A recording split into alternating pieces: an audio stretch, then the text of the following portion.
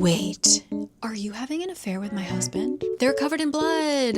Who did it? Who did it? Hello? Testing? Good morning. We are back to solve another mystery. And I'm going to try something a little bit different this month. I'm going to read a book by an author who I have fond-ish memories of her previous book. I decided a new thriller came out that is by an author that I liked the first book I read by her.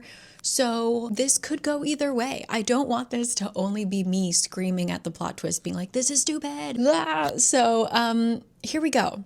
We're going to try something new today. It is a chilly spring Tuesday here in Seoul. I've got my giant coffee right here, and we are going to read Anatomy of an Alibi by Elston. So I read First Lie Wins, and that one was fun. I don't remember thinking very critically about it though. So it could have been like a just entertaining book and not a book that made, oh my God, a book that made any sense. This book already, this came out January 13th. I'm filming this on April 21st. It already has over 100,000 reviews on Goodreads. So she's popular. Let's read what it's about. Again, I know nothing. We are experiencing this for the first time together. Let's just dive in. I'm also feeling like I'm just getting a cold. We actually had a heat wave here and we had to turn on the air conditioning. So I have had going from like 17 degrees to 30 degrees to then being in air conditioning. There's air conditioning on the bus. It's a lot. So if my voice gives out halfway through, it's already kind of giving out. Spend my sick day with me. All right. Anatomy of an Alibi. Elston. Already at 103,000 ratings. It's at a 3.82, which is a very respectable number. That's like a solid, that's a number I can trust. If it's in the four stars on Goodreads, I do not trust it at all. Here we go. Ready? I'm already excited. 2 women, 1 dead husband, and only 1 alibi. I wish this was like an alternate reality, My Husband's Wife. Like, what if the 2 Edens from that book were friends and just decided to kill, what was his name, Harrison? A girl couldn't dream. All right, here we go. Everyone at Chantilly's bar noticed out-of-towner Camille Bayless. Red lips, designer heels, sipping a Negroni. But that woman wasn't Camille Bayless. It was Aubrey Price. Camille Bayless appears to have the picture-perfect life. She's married to hotshot lawyer Ben and is the daughter to a wealthy Louisiana family. Only nothing is as it seems. Camille believes Ben has been hiding dirty secrets for years, but she can't find proof because he tracks her every move. Aubrey Price has been haunted by the terrible night that changed her life a decade ago, and she's convinced Benjamin Bayless knows something about it. Living in a house full of criminals, Aubrey understands there's more than one way to get the truth, and she may have found the best way in. Aubrey and Camille hatch a plan. Okay, girl power. They're working together. I appreciate this. Here we go. Aubrey and Camille hatch a plan. It sounds simple. For 12 hours, Aubrey will take Camille's place. Camille will spy on Ben, and the 2 women will get the answers they desperately seek. Except the next morning, Ben is found murdered. Both women need an airtight alibi, but only one of them has it. And one false step is all it takes for everything to come undone. 340 pages. Maybe it isn't girl power. Maybe they turn on each other. Okay, we're gonna dive in. Let me open it up. I'm also, in case you don't follow me on Instagram, I read thrillers now apparently, but I also do plot breakdowns of fantasy books. And I just finished doing a plot breakdown for one of the Cassandra Clare books. Like, I'm doing the whole trilogy. I only finished 1 book so far. So I need to film that. I did the whole script. It took me days. The script is 47 pages long. So if I seem scrambled in the brain, also because I am, because Cassandra Clare is just... I already have all of the Mortal Instruments summarized, but if you want to hear me talk about the dark artifices coming at you this summer, okay. Here we go. Do we have a dedicated to? Just for Dean.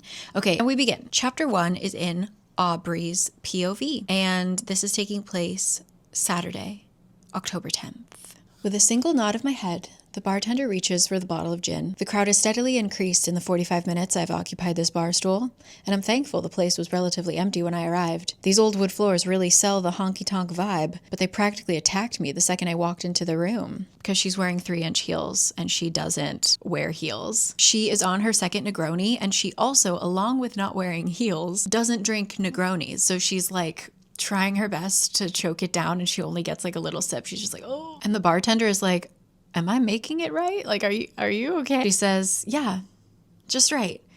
And it's made exactly the way it should be. It's not his fault I hate gin. I lift the glass and take a healthy swig, praying I don't have to wobble my way to the ladies' room to throw it back up. Then a dude sits down next to her and they strike up a conversation. And I'll see what that's all about and come back to you soon. So welcome to Anatomy of an Alibi. This video could be a dud because it might be a good book, who knows? So our poor girl Aubrey in her high heels and drinking gin. Let's see what she's up to.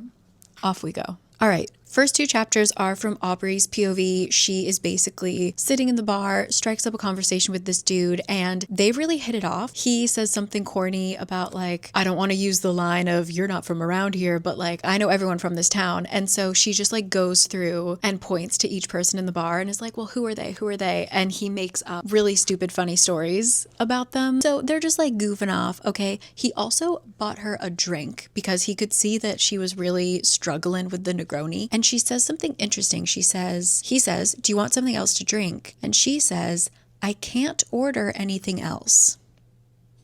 Interesting. But he gets her a beer and she's like, thank God. They spend the next hour just like flirting, talking about the band. The band is apparently really bad. She eventually leaves and drives to a nearby gas station where she goes to the bathroom, takes off her disguise. Okay, she's wearing a wig. She's wearing those heels that she never wears, a fancy dress. She's got a Chanel bag, all this stuff. Eventually there's a knock on the bathroom door and it is who she expected, Camille. Okay, because remember, they have switched places for the night. Aubrey is like, so how did it go? How did your side of the thing go? And Camille says, not the way we hoped. I was unsuccessful. And Camille is like, yeah, no issues. I saw that you kind of veered off course because apparently they had like a very set plan of like Aubrey was supposed to go to a certain store, buy certain things, go to a bar, drink a certain cocktail, etc. And apparently kind of fudged it a little bit. Like she went to a different bar, not the one that Camille chose and things like that. Okay. But what are they supposed to do now? Now that they failed? Camille is like, well, we try again. And they're basically just going to reschedule another identity swap. So they just exchange phone, car keys, etc. and they drive their separate ways. And I must say, Camille is driving a Range Rover, which is just giving me horror flashbacks to My Husband's Wife, the damn Range Rover. There was like some very heated discussion about whether or not there is a fully electric Range Rover and why the Range Rover of our previous book needed to be electric. And I found that to be just the details that we latch onto as readers. So funny. So anyway, we got another Range Rover. Aubrey's driving back to Baton Rouge in her Honda, like a borrowed Honda. Just to make it very clear what was going on, she says, our plan was to create a clear and unwavering digital trail that started at noon and ended just before midnight. Every move planned in advance. Because apparently Ben tracks Camille's phone, is also able to track Camille's Range Rover. So like they had to be physically moving in a natural way so that Camille didn't look like Camille was missing and Camille could go do whatever she was trying to do that she failed at. But she says something interesting. She says, the last 12 hours have completely drained me. It was mentally exhausting juggling what I was supposed to do as Camille while hiding what I wasn't. But hearing that she was unsuccessful makes all my efforts worth it. Today it might have been a bust for her, but it won't be a bust for me. So we don't know what else Aubrey did that day, but she clearly veered off course, which Camille knows, but to what extent she did or why she did, we're still unsure. Okay, so then she pulls up to her house. She's living in this shared house. It's supposed to be one family home. They split it into 4, and it's the kind of place where people move in being like, oh, I'm just down on my luck right now. Like this is just a temporary place. Like, oh, I separated from my wife and I haven't found a spot yet or whatever. But they never actually move. And that was Aubrey as well. She was like, yeah, I thought I was just going to be here for a couple weeks and it's been over a year. So she goes into her house. She has like a separate entrance to her apartment, but she notices that the kitchen light, like the shared kitchen light, is on. So she goes through the front door to see what's up. And when she walks in, she sees a handful of faces staring back at me from the scarred wooden kitchen table. Everyone is here. Any luck, I ask? Deacon shakes his head and said, nope, he's still there. Okay. It's on to plan B. And now, the reason I stopped, because nothing really has happened, the reason I stopped is because chapter 3 is in a different point of view, and it's in the POV of someone named Hank. We're only 6% of the way through. In we go. I have no idea what's happening. 10% in, and I feel like this book is going to be interesting because we have an actually competent observer here. I feel like the theme of all of the thrillers that I've read so far have been people are just not noticing glaringly obvious things, but Hank, our boy Hank, picks up on all the little details. Why? Because he's a lawyer. So Hank is driving into Camille's neighborhood, flooring it. It's a beautiful Sunday.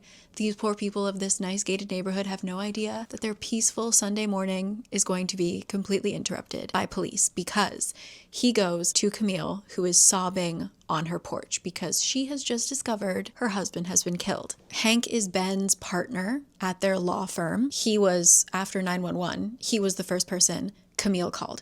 Camille is a mess. She's sobbing, makeup running down her face, can barely speak. So Hank runs in really quick to check, and sure enough, Ben is dead. Like, he's kind of purplish gray. On the ground in his office, there is a lot of blood coming out of his chest, but Hank is like, I'm not stupid enough to touch a dead body. So he doesn't know, was he stabbed? Was he shot? The room, nothing seems to be missing or even really bothered. One chair has fallen down. That's it. And it seems like Ben must have just been at home working because there are a bunch of like client paperwork and folders and things like that on the table. So Hank is like, okay, gotta deal with that because of the like client lawyer confidentiality. He's like, once the police come, I gotta remember to pick those up because they aren't allowed to look at that. And now I gotta go take care of Camille. So he kind of coaches her in like a not suspicious way. He's very much like giving basic attorney advice. He's like, the police are going to ask you questions, answer them honestly, but don't make any assumptions. You know, don't say that like, oh, I thought this, like just tell them the exact facts, you know? And he's like, we're going to get through this. He seems to also know a lot of the police officers. He knows the detectives that shows up. So he's like, we're in good hands. We just don't want to freak out. This is also in first person in his POV. So he is feeling really heartbroken. Or, well, I don't know if he used the word heartbroken. Let's not make assumptions, as Hank would say. But he feels really upset. Like he doesn't want to even look at the body. He's kind of freaked out by it. And he seems pretty shocked by this, but he's going to keep it together for Camille for now because she's clearly freaking out a lot more than he is. One detail that is interesting is when he gets to the house, he asks Camille if anyone else is there because Camille had just pulled up. Maybe there was somebody in the house with Ben, and he points, he kind of like looks over at the driveway and he's like, I mean, there's another car here because there is a 1970s red Mustang parked in the overflow parking spot near the garage, which makes it seem like this isn't one of their normal cars. And Camille just says, she looks over her shoulder at the car and stiffens slightly. No, that was here. Her answer begs more questions, but I let it go for now. So whose car is that? I'm being haunted by the Range Rover, and then the red Mini Cooper is now a red Mustang because we're in America. Heavenly Father, we thank you tonight for all your blessing. Thank you tonight for these mighty machines that you brought before us. Thank you for the Dodges and the Toyotas. Thank you for the Fords. The police arrive. A shit ton of police arrive, may I add, and they all go running into the house. And here's what he says about that. While we wait, all I can think of is how much Ben would hate that all these people are in his house. This place was on the market for less than a day when Ben scooped it up. It didn't matter that it was old and dated because a lot this large in the heart of Baton Rouge, a lot this large in the heart of Baton Rouge made up for it. He and Camille spent more than a year remodeling it with a team of designers. Ben sat in on every meeting, every decision, no matter how small. It had to be approved by him. He was obsessed, making sure he had the best of the best, the way only a poor kid turned rich would be. Now the meticulously maintained landscaping is being trampled, just as I'm sure the expensive rugs inside are. So, Ben, now hotshot rich lawyer married to a like generationally wealthy wife, Camille. Poor kid turned rich. Did he know Aubrey 10 years ago. Because remember, Aubrey has some like life-changing event that happened 10 years ago, and she blames Ben. Was Ben like her friend or like related to her in some way? A brother? Who knows? But yeah, I'm pretty sure he probably grew up in the same neighborhood as Aubrey. And after the police get a look, the detective comes out and he just yells, "Lock it up," and out rolls the yellow tape because the Bayless house is officially a crime scene. Now we got to ask Camille questions. Hank prepped her for this. Hank was like, we're gonna, the first interview sets the tone for the rest of the investigation. So just be calm, be honest, everything that he said. And he says this because the police always look at the spouse first. Then they look at who else has the most to gain by the victim's death. After Camille, the next person in that line would be me. As his law partner, I will gain the most from Bayless and Landry law firm becoming just Landry law firm. And he says that he's really glad that they got the detective that they got, Detective Sullivan, because he's tough and has a reputation for not jumping to easy conclusions. That's what I need right now, an open mind. He asks Camille, hey, where were you? Why did you just get home this morning? And she was in St. Francisville, which is where we saw Aubrey doing her whole thing, okay? Because apparently when Ben is out of town, like has work to do, either working really late or is going to be out of town, he often will like book a getaway for Camille. So he booked her a hotel in this tiny town because she apparently has an Instagram account where she like makes content about small towns, like eateries or whatever. And so she was like, yeah, this isn't out of the ordinary. He thought I would have fun in St. Francisville. So he like put together this little getaway for me, blah, blah, blah. And I went here, and here. I have all the receipts if you want them. And she like goes and grabs her purse. Camille leaves to retrieve her bag, and Sully gives me a curious look. Does he also think it's convenient? She already had a stack of receipts. It's almost as if she spent yesterday preparing for the alibi she'd need today. Okay, Hank, paying attention. Ben was out of town. Why was he killed in his house then? Apparently he and Hank were at some kind of conference. They had to get like a certain number of hours to be certified for something.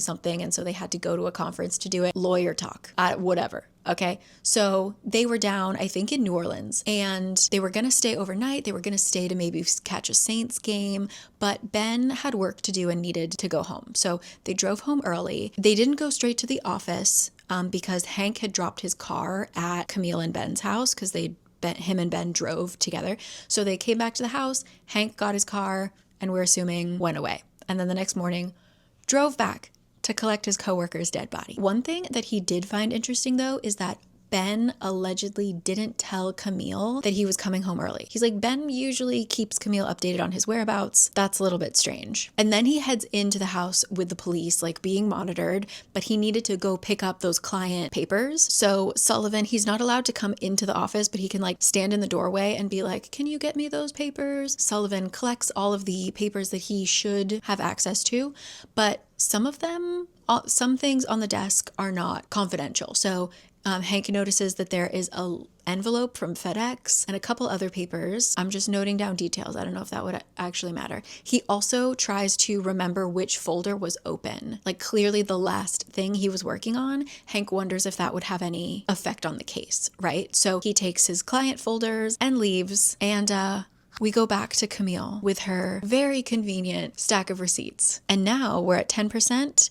We get our first Camille POV. Camille's chapter starts on Saturday, October 10th, the day that they are creating this alibi, right? We get a little information about their relationship. Basically, her and Ben actually went to the same high school. They grew up in the same small town, and they have been together since high school. It was like a very passionate, romantic love. And she says it's something that would probably have like burnt out on its own if not for her parents and everyone else loving them together and really like pushing them into like to continue this relationship. Also, she said, Ben wasn't always this obsessed with tracking me. It was a gradual thing. Seemed innocent enough at first, since I could see where he was at any given moment too. I just never thought to check as often as he did. And I really don't think he's trying to catch me doing something wrong or cares how much I spend at the grocery store. Ben just loves control. And technology helps feed that monster. Every single move I make is only an app away. And she keeps talking about how there aren't really any red flags in the relationship other than that he's very, not even controlling, like he just watches everything that she does, right? But she's just got this hunch, she's just got this feeling in her gut that he is lying to her. And so she started looking for proof of it. And if anything, she got more obsessed than he is about his whereabouts, what he's doing. She constantly like goes into his office and tries to look through papers and like tries to find any proof that like he's cheating on her or doing something shady, because she wants to leave him. Like, regardless of if he's doing anything shady, she does not want to be married to this man anymore, especially because he is really wanting to start a family. Now that they have like, he's got the job, he's got the house, now he's like, okay, let's fill it with children. And Camille is like, I don't think so. She's like, if I already want to leave you before we have kids and it's difficult, leaving you when we have children will be even worse, right? And her daddy had them sign a prenup because she's really rich, I guess. Her dad said it was to protect her, but really it just kind of ties her more tightly to Ben, where you actually can't get a divorce and she will not get any of her money back unless she can prove like infidelity or like a crime was committed, right? So she is looking for proof. And as she's searching, this has been a while, okay, that she's been like looking through his phone,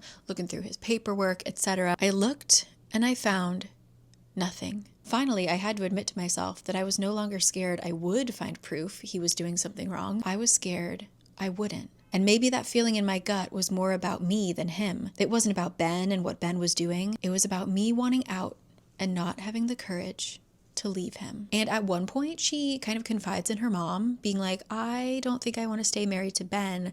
And her mom flipped out. She was like, no, marriage is till death. Like, are you gonna ruin your reputation or by being a divorcee? Like, would you do that to your mom and dad? So she knows that they are not going to help her financially if she leaves. And she's like, I hate to admit it, but like, I grew up as a rich girl and I enjoy nice things. And if I leave my husband, I will not have any money. And I just don't know how that's gonna work. So how does Aubrey come into all of this? We haven't figured out how they've met each other, but something Ben did has hurt both of them. And what Camille is going to be doing with her day of freedom, her day of not being tracked, even though she is using her iPad, she gives Aubrey her phone, but she like kept an iPad. I don't know if that was like bought separately and Ben doesn't know about it or whatever, but like just know Camille has an iPad on her that day. But she's going to use her day of freedom, her day of being a ghost, to get into the house and try to find more evidence. She also mentioned that him getting ready for this night out, like the spending a night in New Orleans to go to this conference with Hank, she says that she knows that he's lying about where he's going. Are Ben and Hank a couple? I don't know. Interesting. But anyway, she's going to sneak into the house, look in his office for evidence, something that will balance the scales. Evidence of his bad behavior will speak louder than I ever could. Aubrey thinks we're in this together, and whatever I find, I'll share with her. And I might, but I also might not. The only people who need to know what he's done to trigger the prenup clause are my family and our divorce lawyers. Is this fair to Aubrey? No, it's not. And I do feel really bad about that. But as Ben likes to say, fair is where they sell cotton candy. What? Then our next chapter is Thursday, September 3rd. We're going back more than a month prior to Ben's death. So I don't know. I don't have a read on anyone. Did the dad do it? Did the mom do it? Did Camille's family do it? No. I'm missing key things. All right, September 3rd, a month before the swap happens, Hank brings home a very drunk Ben. It is like a little bit past midnight. Camille is annoyed, but she's also confused because Ben doesn't really drink. He does drink, but not to excess because, again, he's obsessed with control. So why would he want to do something that makes him lose control? But Hank convinced him to come to this weird, like, duck enthusiast raffle or like fundraiser or something. Wait, let me actually make sure I'm getting this correct because I couldn't believe what I was reading. It's an annual dinner where duck hunting enthusiasts raise money to support wetland conservation. There's a live auction, and apparently while Ben was really drunk and has a lot of money, he bought a hunting trip to Argentina. I will also say the way that she acts around Hank, I can't tell if it's like she's just really close with Hank. Like, I don't know how long we've known this man. Are they just chummy, or is there something else? Because the way that they talk is really friendly, but it could be... Hank also drives a really big truck. I feel like that. I'm just obsessed with the cars that people drive, okay? Heavenly Father, we thank you tonight for all your blessings. Yeah, he drives a giant truck. Ben struggles to get out of it. Hank drops Ben's briefcase in his office, and he's like, bye. I'm gonna go before he throws up because I don't want to be here for that. And he exits. Camille is talking to Ben, being like, hey, so what's up, dude? Like, why are you drunk as a skunk? And he says, just so stressed out. I fucked up, and now everything is fucked. I stiffen. What did you do? There's a glimmer of hope at his admission, since I'd all but given up on finding evidence to use against him. He's like, oh my God, I fucked up, I ruined everything. And she is like, finally, I've been waiting for this moment. I've been waiting for some kind of evidence that you are not a perfect person. And when she is going to get him some water and some Advil, she gets another win in that the briefcase that Hank dropped off in the office, yeah, it's unlocked. It's got like the little flap is undone. And Ben never leaves his briefcase unlocked. So she is like, yes, I'm gonna go dig in here. Like, I'm gonna go get my drunk husband up in bed with his Advil, and then I'm gonna come down here and I'm gonna snoop and I'm gonna find evidence so I can divorce his ass and still be a wealthy woman. She's looking through his case files, doesn't really find anything, when at the very last moment she finds a napkin. It's from a bar and it has some writing on it. The logo in black on the bottom corner says Doug's Tavern, and the writing on it is a woman's name, Aubrey Price, followed by a phone number and address written in handwriting that isn't Ben's. So she starts Googling. She looks up the bar. It's nearby. The address on the napkin, also nearby, but it's in parts of town I don't frequent. She also searches the woman's name, finds her pretty easily enough. She's just like a pretty girl, and she works at a bar. There are like pictures of her behind the bar at Doug's Tavern. And on one hand, she's angry because she's like, oh my God, my husband is cheating on me. But on the other hand, she's like, hell yeah, I've got you, buddy. She says, before, my obsession felt unfounded. Now I feel vindicated. Vindication! A week later, we are in Aubrey's POV. It is September 9th, and Aubrey's behind the bar at Doug's Tavern. It's a stormy, stormy night. It's about closing time. There's only like 2 people in the bar when this woman storms in. She's like fighting with her umbrella. She's got her raincoat on her hood. She's covered in water, dragging the storm in with her. Needless to say, the entire bar is watching her. Son of a... Hello? And clearly by her body language, she did not want that. She thought she was going to be inconspicuous. She keeps her hood up and sits at the bar. Aubrey is like, okay. She's also like, we're about to, it's last call. Place your final order. What can I get you? Her hood is still up, by the way. This weird woman. And to make her even stranger, this is like a dive bar in a college town. She wants a Negroni. Magliato. With Prosecco in it. Oh, stunning. And Aubrey is like, right, I will get you your Negroni. The woman sits there for a while. She doesn't order anything else. She keeps her hood up, but we can kind of see that like it looks like she's crying. She looks a little squirrely. And finally, Aubrey is like, hey, we're closing in 10. So she like turns on the main light. She turns off the music. Woman is not getting the hint. And Aubrey's like, listen, ma'am, are you okay? She lets out a frustrated laugh. No, I'm actually not. She finally like puts her hood back and she's like, listen, I had this whole speech worked out, and honestly, there's no real way to ask you this without it being really awkward, but are you having an affair with my husband? And Aubrey is like, no. She actually says, who the hell is your husband? But then she's like, oh, wait, is he a lawyer? Why do people in this town know the names of lawyers? But okay. And Camille shows her the picture of the napkin with her home address on it. And Aubrey is like, okay, well, I don't know how he got that information, but that's fucked up. And remember, this family, the Baylisses, have tracking on everything. And Camille has access to the tracking as well. It's not just Ben who does it. So she could check where his car was. And she's like, well, he was like parked outside of your house recently. And Aubrey clearly looks freaked the fuck out. And so that's when Camille is like, oh, I misread this. You aren't sleeping with my husband? And Aubrey is like, no. And why would a man be outside of my home? And Aubrey is like, Why don't we call him? Call him right now. In fact, I want to know too. Like, if a man is sitting outside of my home and I don't know who he is, I would like to have the answers. So put him on speakerphone, girl. And Camille does not want to do this. She wants to be really secretive, gathering her evidence, and then just like, boom. And Camille's trying to think of like, what other reasons would there be for him to have a woman's phone number on a bar napkin? And she's like, okay, well, maybe he's working on a case. This could be work related. I'm so sorry. I should go. Aubrey in her head is like, well, there's only one case my name would ever be associated with, and it's an old one. She asks, does this have anything to do with Paul Granger? Paul was convicted 10 years ago, but in his recent letters, he's told me he's trying to appeal his case. Camille says, her voice just above a whisper, who did you say?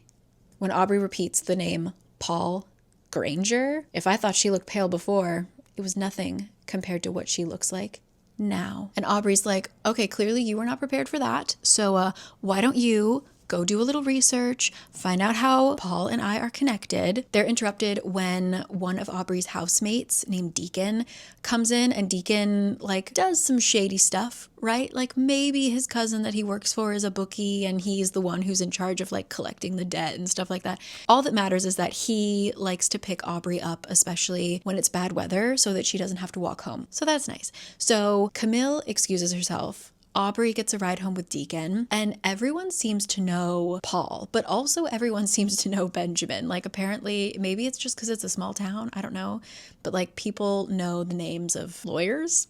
And so they're like, oh, Benjamin, yeah, he's one of the greats or something like that. She gets dropped off. Deacon has to go run some more things. So as she's coming in the house, she runs into another housemate named Serenity. And Serenity is kind of like woo-woo hippy-dippy. And she runs the local yoga studio / tarot card psychic house. And she overheard Aubrey and Deacon mentioning like Paul and Benjamin and things like that. Serenity is like, oh, I know Benjamin too. Or know of him because she apparently like shoplifted or something and needed a lawyer, and she tried to hire him and she was chump change apparently. So she's never met Benjamin, but she does know that snotty wife of his. She's a real piece of work. And Aubrey's like, how would you know her? And basically she took a yoga class. Serenity was like, you know those girls, those like rich chicks dressed in Lululemon who come into my yoga studio because they want the yoga body but not the yoga mind, and they never come back again? She was one of them. Except Camille came back. She said she came back yesterday. Even though I knew she hated being there, it was all over her snotty face. And so Aubrey's standing there. She's like, okay, Ben Bayless has my personal information on a bar napkin, and his wife is searching for answers despite being terrified he'll find out. Even if all of this is about Paul in some way, Ben Bayless should never have come here. So Camille is taking her, like, figuring out who Aubrey Price is a step too far. She says she never comes to this part of town, but she came to a yoga studio nearby twice. Okay, more details are becoming clear. So we get a Hank POV again. Now we are the day after the alibi. We are the day that Ben has died. Hank goes back to the office. He has to drop off the case files that he picked up. He seems genuinely torn up about this. I really don't want to have an unreliable narrator. I really don't. I think, and I'll tell you why in a second. I actually don't have any evidence to support this, so I can't tell you why. I think maybe Hank is connected to Aubrey. I do have some evidence. Okay. I will approach the bench in a second. But he seems really upset about this because he says, by the time I finally leave the Bayless house, the sun has set. I'm tired. I'm hungry. I'm confused and grieving my friend and partner. Camille, pretty much right after she showed her receipts to Detective Sullivan, her brother and sister-in-law pull up. His name is Silas Everett and his wife Margaret, and takes Camille back to the family home because obviously she doesn't want to go into the house that her dead husband has just been taken out of. Obviously Hank is just wondering, like, who the hell did it? He's not upset that he's on the suspect list because he's like, yeah, everyone, like a good detective would first suspect the spouse and then would suspect me. Like, I'm not mad, but I really want him to get us out of the way so that we can find who actually did this. He can't imagine it being Camille, right? But I can also admit I'm looking at this through the eyes of a friend, not a lawyer or detective. If she did it, she's a hell of an actress. solid Oscar performance. I see Camille as the woman who's been trying to set me up on one blind date after another. The woman who always brought me lunch anytime she brought it for Ben. The one who makes sure to include me at every holiday, knowing how hard those occasions are since my parents passed away, one right after the other a few years ago. But then he gets to the office, and he's been working with Ben for a few years. He didn't always want to be a lawyer. He met Ben their freshman year at LSU, Louisiana State University. He was on an athletic scholarship. Ben from day one knew he was going to be a lawyer. Great for him. Hank was going to be in the NFL, but then he got a horrible injury when he was tackled, and it was basically like, yeah, you could keep playing, but if you get injured one more time, you will never walk again. So he was like, I will take my leave. And he also got into law. Here's my first red flag for Ben. Okay, Ben, his first big case, he was representing a politician, Representative Wells, who was accused of killing his mistress in a drunken rage. No one else wanted to touch that case after the DA announced he would be personally prosecuting it. It should have been a slam dunk conviction for the DA, but Ben whipped his ass. And that single acquittal changed the trajectory of his career. At 27, he became one of the most sought after lawyers in the area. So he got a probably drunken murderer, adulterer off with a slap on the wrist. And great for him. And that's what he continues to do. They will represent anyone and everyone, no matter how guilty they probably are. Okay? Hank, on the other hand, started by working for the DA. So he was usually fighting Ben. Like sometimes they would be in the courtroom together, and they seemed to be pretty equally matched in terms of the cases that they won and lost. And finally, one day, Ben approaches Hank and is like, listen, we're both burnt out. We've got to break out on our own. What if we founded a law firm together? Hank is like, you know what? I could be my own boss. I could make a shit ton of money. Let's go. He said, it's strange the first time I sat on the other side of the room, defending a guy who'd been arrested for grand theft auto. Keep this in mind. But he said he didn't do it, and I decided I would believe him. The rest is history. He's been working with him for a few years. He sits down at his desk, is kind of playing with the one piece of paper that is sitting there, a piece of paper that was left on his desk about a week ago. And what is it? It's a single sheet of Ben's letterhead that states he's officially starting the process of dissolving our partnership, confirming how screwed I am. Since he was the founding member, I would be forced out and not able to take any clients with me. Or I guess I was screwed because he died before the dissolution went any further than this notice. It's like it never happened. And now the partnership is mine. There's that one emotion I couldn't quite name that's been simmering underneath all that grief. Relief. Hank has a lot of reasons to be a suspect. I still don't think he did it, but that's Okay, let's flash back to the day of creating the alibi, the day before Ben dies, or the day before Ben's body is found. Let's be specific. So the reason why I think that Hank is connected to Aubrey is because remember when he said that his very first big case was helping a guy who was convicted of accused of grand theft auto. Okay, keep that in mind. We are in Aubrey's POV. Remember, Camille has mapped out exactly what she's supposed to do. So the first thing she's supposed to do when she pulls into town is to go to this little festival that's going on. She decides to take a little detour, and she knows that she's being tracked by Camille. So she's assuming Camille will call her any second to be like, what the fuck are you doing? But she has an important stop to make. She stops in this feed store. She pulls into the parking lot, gets out of the car, and a shiny red 1970 Mustang pulls in next to me right on time. Remember, we had seen that car earlier parked in the driveway of Ben's house. Turns out it is her two housemates, Shane and Eddie, who we had just heard of by name. Serenity said it oh, Shane and Eddie are in the house or something like that. All we know about them is that they live with Audrey, right? And why are they here? They are making a copy of the Range Rover key. I don't know. Basically, both of them, pay attention, both of them are retired car thieves, okay? And so they know how to hack anything. There's no car that they can't steal, whatever. So because it's a fancy Range Rover, they're able to make a copy really easily of just the lock and unlock button. They just want to be able to use that to hopefully, number one, access the Range Rover app so that they can see where Camille and Ben are going. They also want to be able to get into the garage door. Like within the key, there's like the unlock the car button, and then there's an unlock the garage button. I don't know. Why do they want to unlock the garage? They are making sure Aubrey doesn't get screwed. She says, yeah, trust is a very funny thing. Do I trust that if Camille is able to find proof of Ben's wrongdoing, that she'll share it? No, I don't.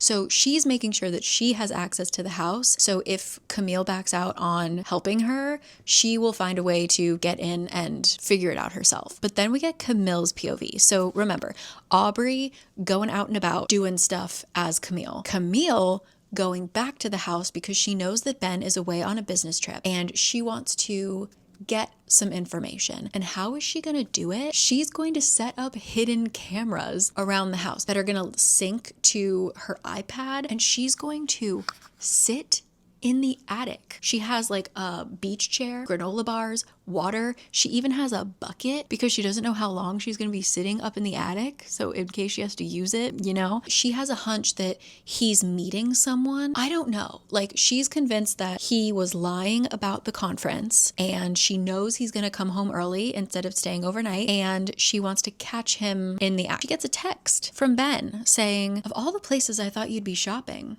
I sure didn't guess the feed and seed store. And Camille has trusted Aubrey. She hasn't been tracking her. So she's like, what the hell? And sure enough, the little blue dot is blinking in a place that it's not supposed to be. She's like, I'm not dealing with this right now. She is like, oh yeah, I saw there was a sale going on Mums or like some flower, whatever. She makes up an excuse, okay? He doesn't respond. And sure enough, Ben comes home. She waits for a really long time, longer than she expected. But he does, in fact, come home. He just immediately is getting back to work. Like he's not doing anything weird. And he just kind of is like looking around and he looks out the window to the front of the house and he freezes and he goes, the fuck? And he gets up because a red Mustang pulls up in front of the house. And this is where it gets weird.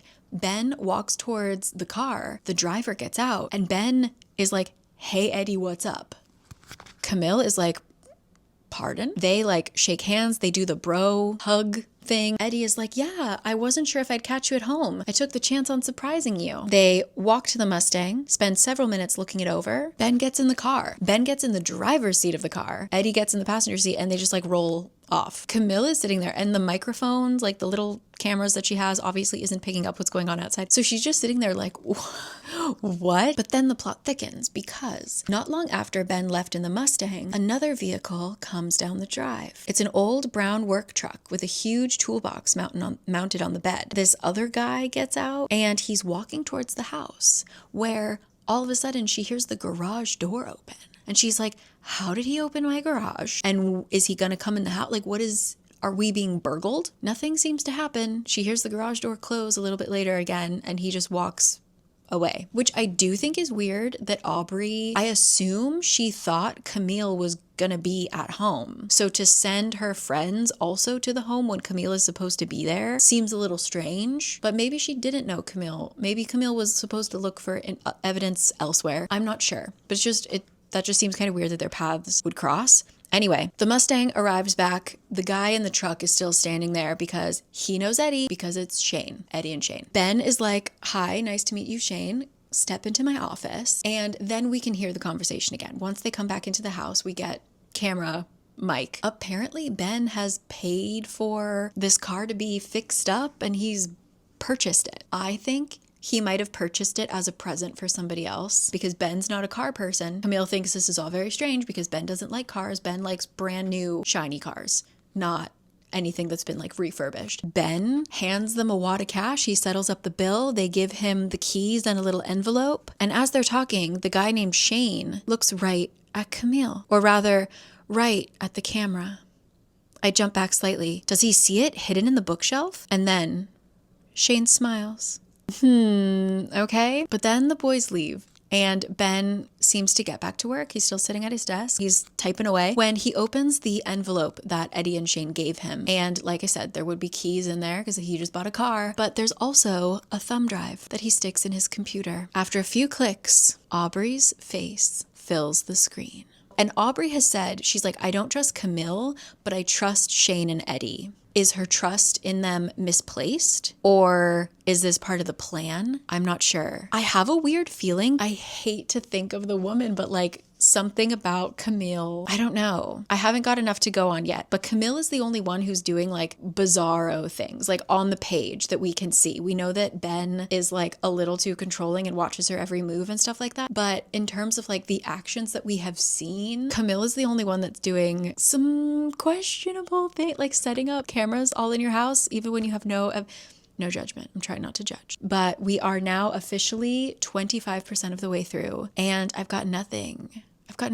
We've got a lot to cover, and I'm seconds away from taking a nap. I just had a really good lunch. Okay, let's start with Hank. Okay, now it is Monday, October 12th. Remember that Ben's body was found on the 11th. Hank slept at the office, which he is regretting now because his body is sore, but there's things he needs to do. Everybody, it's a relatively small law firm. There's 12 people, and people showed up to work. Specifically, his assistant, Lila, showed up, and she is like on it. She's like, okay, I am collaborating with Ben's assistant, Trisha. We're going to figure everything out. Like, Hank wants to deal with all of Ben's stuff immediately. Like, he just took on a case. He's still working on a case, etc. So they're going to work on his calendar. She also picked up his dry cleaning so that Hank has clean clothes to wear, etc. And Hank is like, okay, that's amazing. I just have 2 tasks for you. Could you, number 1, call the people who work our security cameras and see if they offer in-person security, and if they don't, find people who do.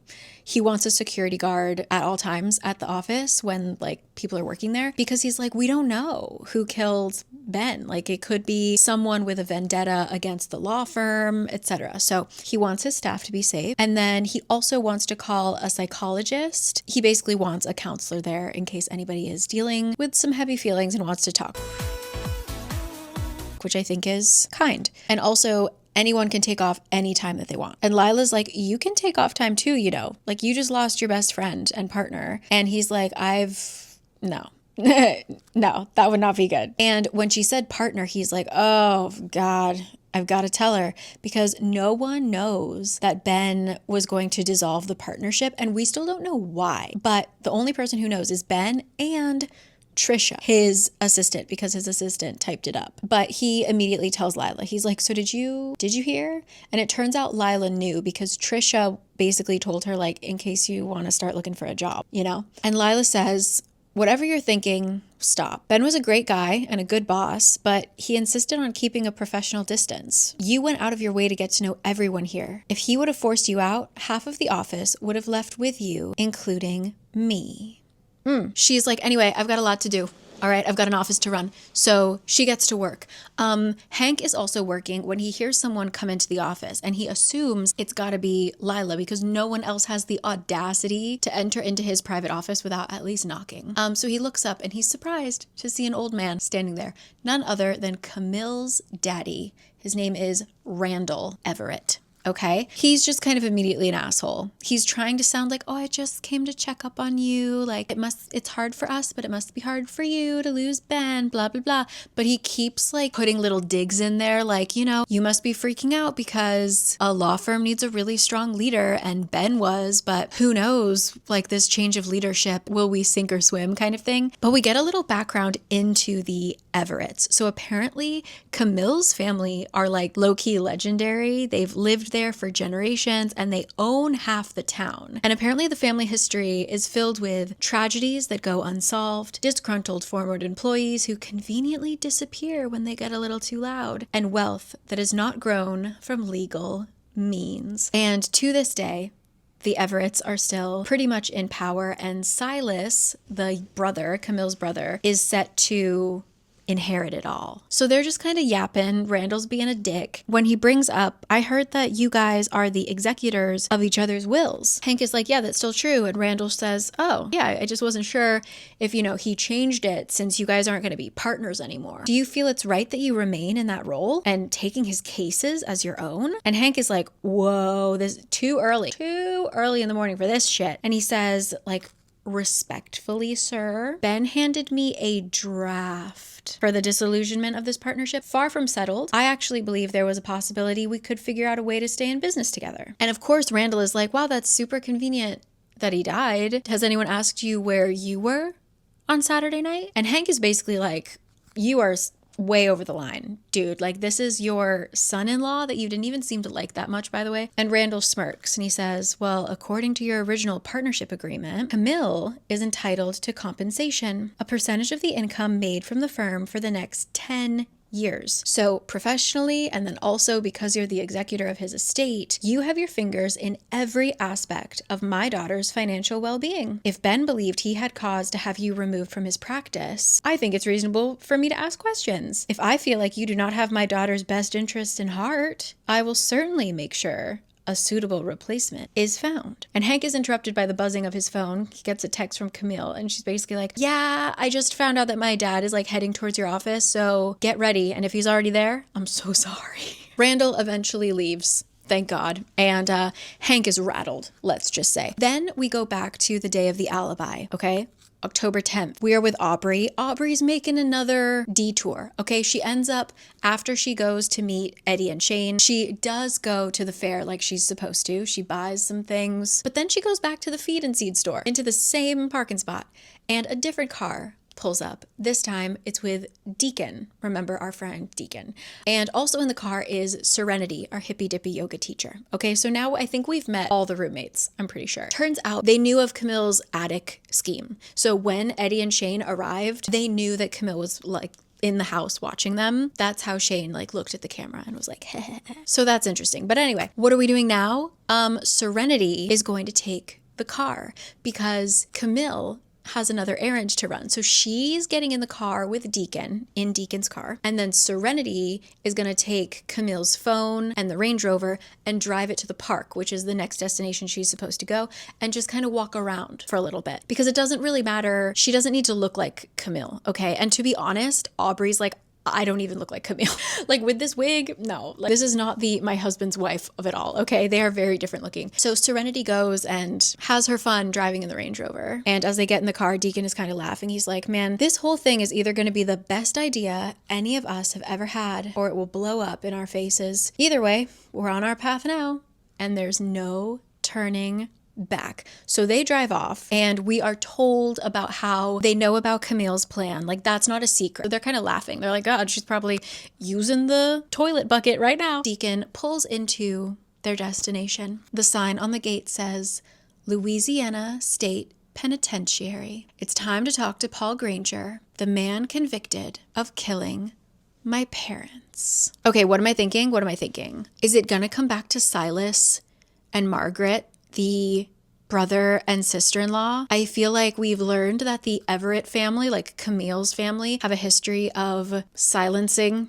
disappearing people. Maybe Ben was investigating something he wasn't supposed to, or handling a case that like conflicted with. Why do I low-key feel like Ben is innocent, but I like don't want him to be? I don't think Aubrey, Ben, Camille, I don't think they did it. I don't think those three did it. So far, my only lead is the Everett family, Randall, Silas, Margaret, the mom, because she says that Paul Granger is the man convicted of killing my parents, and he seems to write her letters. She mentioned that in his letters, he was talking about trying to apply for parole or something like that. She's still in contact with this guy, and she didn't say the man that killed my parents. She said the man convicted of killing my parents. I think she thinks he's innocent, and I think that Ben was probably dealing with the parole case, and he was going to prove that Paul didn't do it. But by proving that Paul didn't do it, who did kill Aubrey's parents? But the Everetts. That's what I'm saying at 28%, page 92. And Ben is just caught in the crossfire. Okay.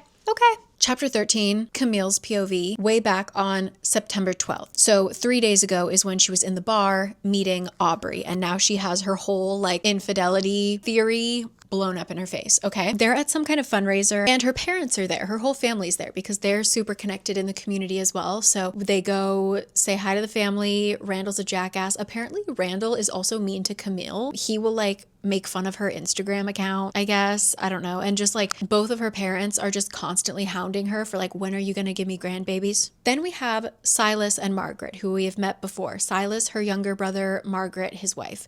And Camille has a sneaky suspicion that they are unhappy in their marriage as well, just based on their like body language and stuff like that, okay? And even though she like does not enjoy being around her parents. She still kept a really good relationship with Silas, but she's quite concerned that she always thought that Silas was going to break free from her dad because they both like kind of hate their parents. She was hoping that Silas would break free of that and like strike out on his own somewhere else. Recently, he has been getting more and more roped into the family business, and she's just really worried about him because she confirms that the like police, the mayor, the judges, they're all on the Everett payroll, let's just say. And when Randall comes over to like say annoying shit like, oh, I want a grandbaby and you need to come visit your mother more and blah, blah, blah, blah. Okay. She decides to interrupt him, throw him off of his little spiel and ask, hey, do you remember that guy from Corbo, which is the name of their tiny town,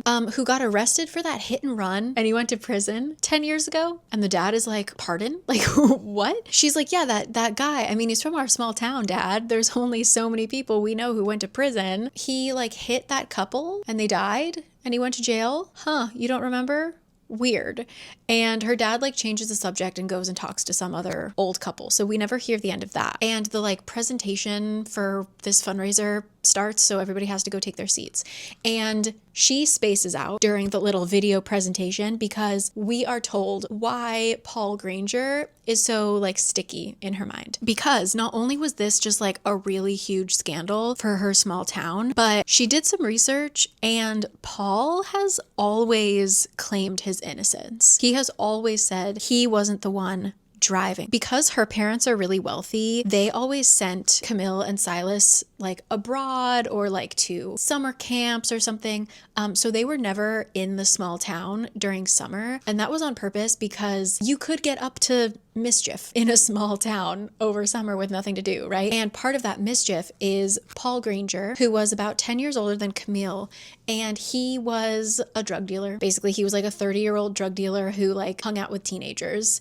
And it was just known, like if you were in town over summer with nothing to do, you would go hang out like wherever he was, like either go for drives or just like party at his house, things like that. So even though Camille never participated in those because she wasn't around, someone, maybe her husband, was involved. And to make it weirder, the summer that happened, they were both sophomores in college, 19 years old. Camille was in Spain studying abroad, as one does. Ben was staying at home, right? And before this, Ben was very much like, yeah, I hate your parents. We're going to run away together. They were still like very much young and in love. And so he was like, yeah, we're going to get out of this town. Then when she got back from Spain, he seemed weirdly attached to her dad. The plans of running away were gone. So did Daddy help cover up something that happened over summer? What if it was Silas in the car? What if it was Aubrey in the car? No. Who was driving? And Camille is basically wondering, like, if Ben, because she apparently doesn't know about the him breaking up with Hank thing. She's like, if Ben is innocent, he's not going to touch the Paul case. That would be stupid of him. But if he's not taking on that case, why is he looking into Aubrey Price? The only reason we'd look into Aubrey is because of Paul. Interesting. Now we are back to October 12th, the day after we find Ben's body. We are in Hank's POV. Okay, Detective Sullivan is here. It's 4 p.m. and it has been the longest day of Hank's life so far. Detective Sullivan is like, hey, I really need to interview Camille. I also, while I'm here, I want to interview you. He manages to push off the interview with Camille because he's like, listen, they're at the funeral home today. Not the greatest time. She's apparently not eating. You're not going to get anything good out of her. Like, let's wait until the day after there's like the rosary at the church and we'll meet here in like a safe, comfortable place and you can talk to Camille. Let's ask Hank some questions, shall we? He's basically like, what happened on the day of the murder? Where were you? Blah, blah, blah. And then his next question is, did you know that he would be taking possession of a 1970 Ford Mustang that he had restored from a group named FP Restorations? My first impulse is to show my surprise, but then I remembered the advice I give my clients and work to remain still and calm. But I do make a mental note of the business name for later. Hank didn't know that Ben was getting a car. Was it a gift? Was Ben trying to be nice and like cutting Hank off before shit hit the fan and was gonna gift him a car? That would be lovely. But anyway, yeah, I'm gonna continue. I just was surprised that Hank was surprised. Do we have any guesses? Camille is just the weird one in this. I low-key think that Ben didn't do anything, but who killed Ben? I just feel like Camille is the only one who like doesn't have a strong tie to this. What about Deacon? I forgot to mention, there was a weird moment where Aubrey and Deacon are driving to the jail, and in the car ride, she like stares at Deacon and is like, he is really handsome. And then he catches her staring and she's like, oh my God. Okay, so that was weird. Why do we have to have like an attraction to Deacon, who seems to like not have a strong role in this yet? 40% of the way through, I think Silas did it. And Ben was helping cover it up for Silas so that, like, to kind of help Camille keep her no.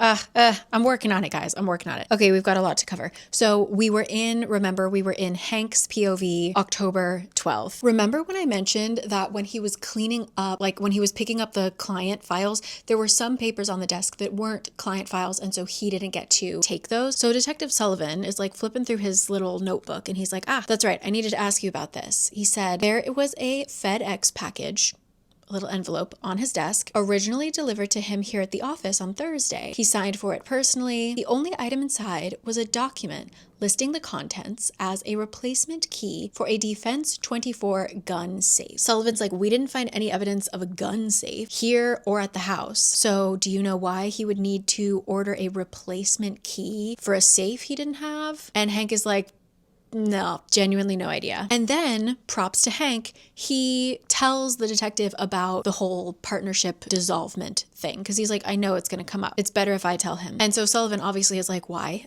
Honestly, his reasoning was that he thought he wanted a partner and decided he didn't. I was actually shocked when he mentioned it.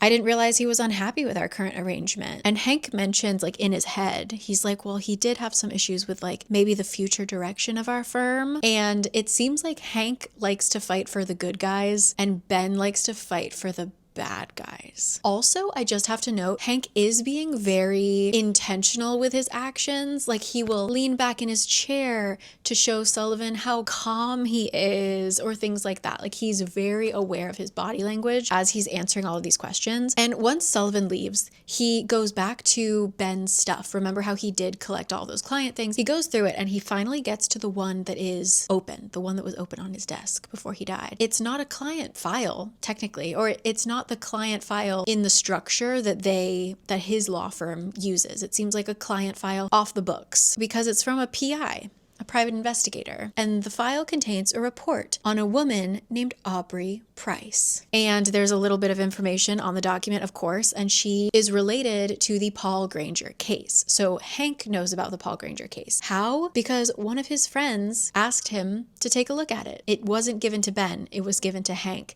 because his friend does like pro bono work trying to dig through old cases that looks like people were charged with crimes that they are actually innocent of. And when Hank brought this up in a meeting to be like, hey guys, I want to take this case, Ben was like, don't touch Paul Granger. He was like, under no circumstances is anyone in this firm getting anywhere near that case. Weird. But as of right now, the next thing he wants to do is look into this FP restorations and find out what that's all about. Then we're back with Aubrey on September 15th, almost a week after Camille came to the bar to talk to her, right? Deacon has some weird news for us. Also, Deacon, big old crush on Aubrey, okay? We will see why in a second, but just there will be some romance. They're looking into Ben. We still don't know anything about him other than vaguely he's a lawyer and he has Aubrey's information on a bar napkin, okay? And he's been sitting outside of the house, okay? So Deacon's brother Chris is, like, as I mentioned, kind of involved in some shady shit, and it just so happens that a private investigator that Ben hired has a little gambling addiction and owes a lot of money to certain loan sharks. So Chris bought his debt off of him so that they now basically own Vic, this private investigator. And Chris gets him to tell them everything, basically, because apparently Vic's debt was larger than what Ben was going to be paying him. So Deacon was like, he follows the dollar. All right, so we got him. What information does Vic give us? Also, why did Deacon go through that much trouble? Why did Deacon ask Chris to buy off that debt and pay so much money? Deacon shrugs. My brother can be a tough son of a bitch, but we're family. And I told him how important this was to me. So sweet. All right. Basically confirmed that Ben shut down Hank when he wanted to look at Paul Granger's case, Vic, the PI, says that Ben hired him to find out what new evidence Paul is claiming to have and where it is. He said he wanted it no matter the cost. So apparently Paul came across some new evidence that made him want to reopen the case. Ben wants that. Ben wants it real bad. Now we're back in Camille's POV. Camille is in the attic. It is October 10th. It is the day of the alibi. She's watching her husband. He has just finished talking with Eddie. He plugs in the little thumb drive. Aubrey is on the screen. What is on the screen? It is a recording of Aubrey having a meeting with a detective Walton. The detective who was in charge of the original case of her parents' death has since retired. It's been 10 years. So now Detective Walton is in charge. Aubrey comes in to ask him to open the case. Please. She was 16 when this happened, so she didn't really question the verdict. She was just kind of told that like a bad man did a bad thing and he's in jail now, so don't worry. But she recently got a letter from Paul and the detective is immediately like, he's not allowed to contact you. I'm gonna call his warden, blah, blah, blah, blah. But she was like, no. I actually appreciated the letter because he said that somebody connected to the case came to visit him in jail and told him that he was framed. And he has some kind of evidence that makes him want to reopen the case. And if there's any doubt, if my parents' killer is still walking around, I would like to know. Also, like as she's talking, she looks like she's on the verge of tears. She seems desperate. Her words, her mannerisms are a far cry from the woman Camille met at the bar, hell-bent on getting answers. She's a very different Aubrey than the one I've gotten to know. And the detective says something like, after yelling at her a bunch, basically, he's like, and anyway, like there are ways for Paul Granger to introduce new evidence, but getting the victim's kid to come down to the station isn't one of them. And Camille and Ben at the same time are like, because that was so rude. Just to call her like, ugh, you're just the victim's kid. Ben out loud is just like, you're a dick, Walton. And Camille is like, yeah, like at least we agree on that, okay? And he ends up making a phone call after all of this. Ben picks up the phone, doesn't say the name. He's just like, hello, we need to figure this the fuck out. And he seems almost sad about this. He says like, I really don't want to make this girl's life any harder, but I need her to stop questioning this. It doesn't sound like he's trying to hide himself. It sounds like he's protecting someone. And he says that he's going to head over to Foster's place. So apparently there's this family, the Foster family, Kevin, who lives in their small town. Because right now Ben and Camille live in Baton Rouge, but they grew up in the tiny town called Corbeau. So he's going to go back to Corbeau to go see Kevin Foster, and he's going to try and get something out of the safe. As we know, he just got a key for a gun safe. He wants to get something out of the safe. And this Kevin Foster, we don't know anything about him except that he's on Daddy's payroll, on Randall Everett's payroll. So he kind of does shady shit. But before he does that, he has a couple of meetings. He's like, listen, I'll call you back later. I've got to see some people before I head over to the little town. And sure enough, he gets a knock at the door and he's like, gotta go by, my first meeting is here. Opens the front door and Camille gasps again. The second he swings the door open, I get a clear view of who is on the other side. My mouth drops open. What the hell? Standing on my front porch is my sister-in-law, Margaret. Okay, I still don't have anything. We're at 40% now. Who was driving? 45% of the way through. We are jumping all around in the timelines, okay? So please stay with me. Editing Carrie, I don't know what you're doing, but do something. Okay, this is a lot. Chapter 17, we are in Aubrey's POV. This is September 28th. So this is 3 weeks after meeting Camille at the bar. They had their first interaction and they haven't spoken since. So Aubrey asked to meet up with Camille because she has a little plan that she wants to run past Camille. Basically, they have been getting information from Vic, the PI, consistently now. Anything that Ben does, he tells Vic tells Aubrey and co. Okay, so they know that he's trying to get the key to the gun safe, which holds evidence that he's going to be going there on October 10th. That's when he will have the key and everything ready to go, okay? So they know that Ben will be out of the house and they need Camille to help them gather evidence. Basically, they're not gonna tell her everything. They're not gonna tell her that they know about the safe. They just want her to like believe she's in control and gathering all the evidence. They're like, we're gonna teach you how to set up the cameras. We're gonna teach you how to like watch things on your iPad, blah, blah, blah. But in the meantime, they're gonna set up this kind of sting operation to catch Ben as he's going to go retrieve the evidence. Aubrey is talking to Camille and she's like, I need your help. And honestly, you need mine too.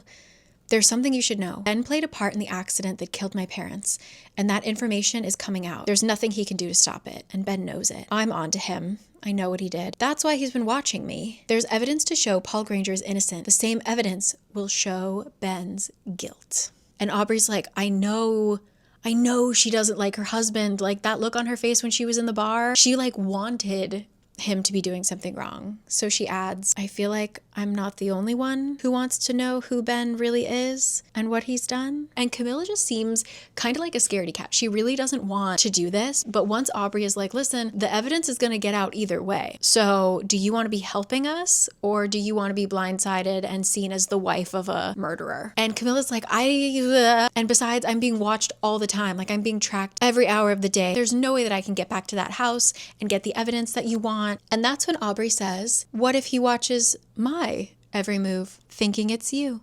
So the whole switcheroo was Aubrey's plan.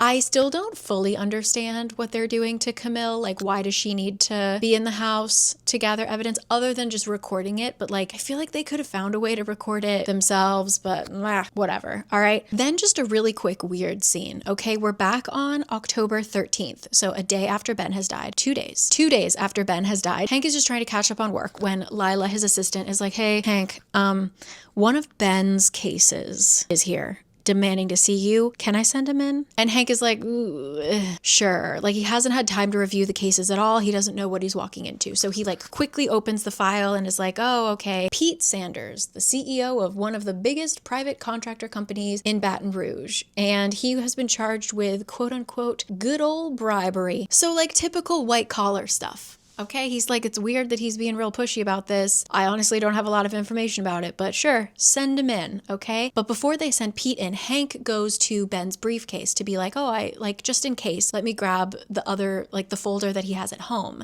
And he compares them and they're very different. This one that's like the official file is a little thin. The one that Ben uses at home is a lot thicker, has a lot of weird notes, like handwritten notes by Ben, things that say like, the chief will provide date and times. And Hank is like, who the fuck is chief? But he is interrupted. Pete walks in. Pete comes in hot. He is like, are you in charge of my case now? Do we still have client-lawyer confidentiality? And Hank is like, yep. Once things get settled, you can choose who you want to work with in the firm, but like right now it's me. And Pete is like, okay, well, when is my case? Like I need an update. I need an update on my case. And Hank is like, there hasn't really been one. You know, these like bribery cases, they move really slow. And Pete is like, no, my case, my personal case. And he's getting like irate. He starts to like push things off of Hank's desk. And he's like, okay, well, Mr. Sanders, let me just say I'm unaware of what you're referring to. And I feel sure Ben would act in your defense to the best of his abilities. But Pete is red in the face. Drop the moral high ground bullshit speech. This fucking firm was built on backdoor deals. Tell me you don't believe a kid fresh out of law school won Representative Wells's case on his own. I need you to figure out how Ben was going to make my case go away and finish what he fucking started. You will not like what happens if this case goes to trial. And then he runs out. So it sure seems like Ben has been doing shady shit off the books to help the kind of upper echelon of this town. I don't know what Pete did, but it was a hell of a lot more than bribery. And it seems like that case that made him like a superstar lawyer, seems like there might have been some bribery and crazy stuff involved in getting that one wrapped up so nicely. So Hank turns to Lila and is like, okay, I'm gonna need printouts of all of Ben's cases. I need you to look up in his notes anything about someone called Chief, and I need you to talk to Trisha about what the hell Ben was doing. And we need to do that ASAP. Next, we're back with Aubrey. Aubrey is in the car with Deacon. They're driving to the jail. They just got there and they go through the whole rigmarole of trying to talk to an inmate. Okay, she's technically on the list of like approved people for Paul because Paul has written her letters and things like that. It takes her a hell of a lot of time to get in there. And we finally meet Paul. I can't believe you're here, that you came to see me after all these years. He looks relieved, happy in a way that makes me uncomfortable. And he's very much like, ask me anything. And so obviously Aubrey is like, okay, well, you told me that you had evidence. What evidence? And Paul is like, Aubrey is like, yeah, what happened to ask me anything, Paul? Come on. And he's like, okay, I'll answer, but please, I'm trusting you with this. You don't know how easy it is for evidence to disappear. And I'm afraid if the wrong people know what's out there, that's what's going to happen. And the evidence is a clip of like a CCTV, like a security camera at the intersection where it happened. And I think it's because of the PI. I don't remember how exactly they got this information, but Aubrey knows. The person who told Paul this is named Kevin Foster, because apparently Kevin like found God and decided to turn in this tape. He didn't turn it in to evidence initially because he was protecting someone. We still don't know who the driver was. Paul was like, no, he didn't tell me. He didn't want me to tell anyone until he got the evidence, like to the right people. And Aubrey's like, well, your mom is telling people, because apparently Paul told his mom, and his mom has been posting on social media about it, like so much. And that's kind of how this ball got rolling and how Ben knows about this, right? Paul did not know that because they don't get online in jail. And he's just like, oh, he's going to be so mad at me. And what we know, but Paul doesn't know, Kevin apparently passed away a month ago. He's not getting this video out to anybody. He's dead. But Aubrey is like, yeah, I'm not going to break that one. I'm not going to tell Paul that one just yet. But they're already out of time. She needs to get back to her work as Camille. So she's like, listen, just know we're paying attention. We're on your side. We're going to find this evidence and I'll update you whenever I can. So off they go. And Paul, I feel like this is going to be important. Paul hands her a little leather bookmark. He apparently does a lot of like leather working in the workshop at the penitentiary. Normally you aren't allowed to like exchange gifts with prisoners, but he was like, no, I got the okay to do this because I made it in the workshop. Here, I can give it to anybody I want to. And I bet you there's something on that bookmark, but I'll return to that later. And so what's going to happen later today? We know that Ben is going to go to the Foster home to try and open the safe and get that evidence. Deacon is also going to be there. Deacon's going to go, like I said, a sting operation. They're going to try and get there, catch Ben in the act of breaking into this safe. I don't know how that's going to work out. And Kevin Foster is dead, so his nephew is living in the home. His name is Nathan. I don't know if that matters. But there you go. So Deacon, we're a little scared. He's putting himself in harm's way. Anything for his girl, Aubrey. And we've just got to hit the bar, basically. Got to hang out at a couple shops for an hour or so. Get a few Negronis at the bar. And then we're done. So I think it's Silas. And I think that Ben was actually a good dude that got wrapped up in the wrong thing. And I think that Ben was trying to save Hank by protecting him.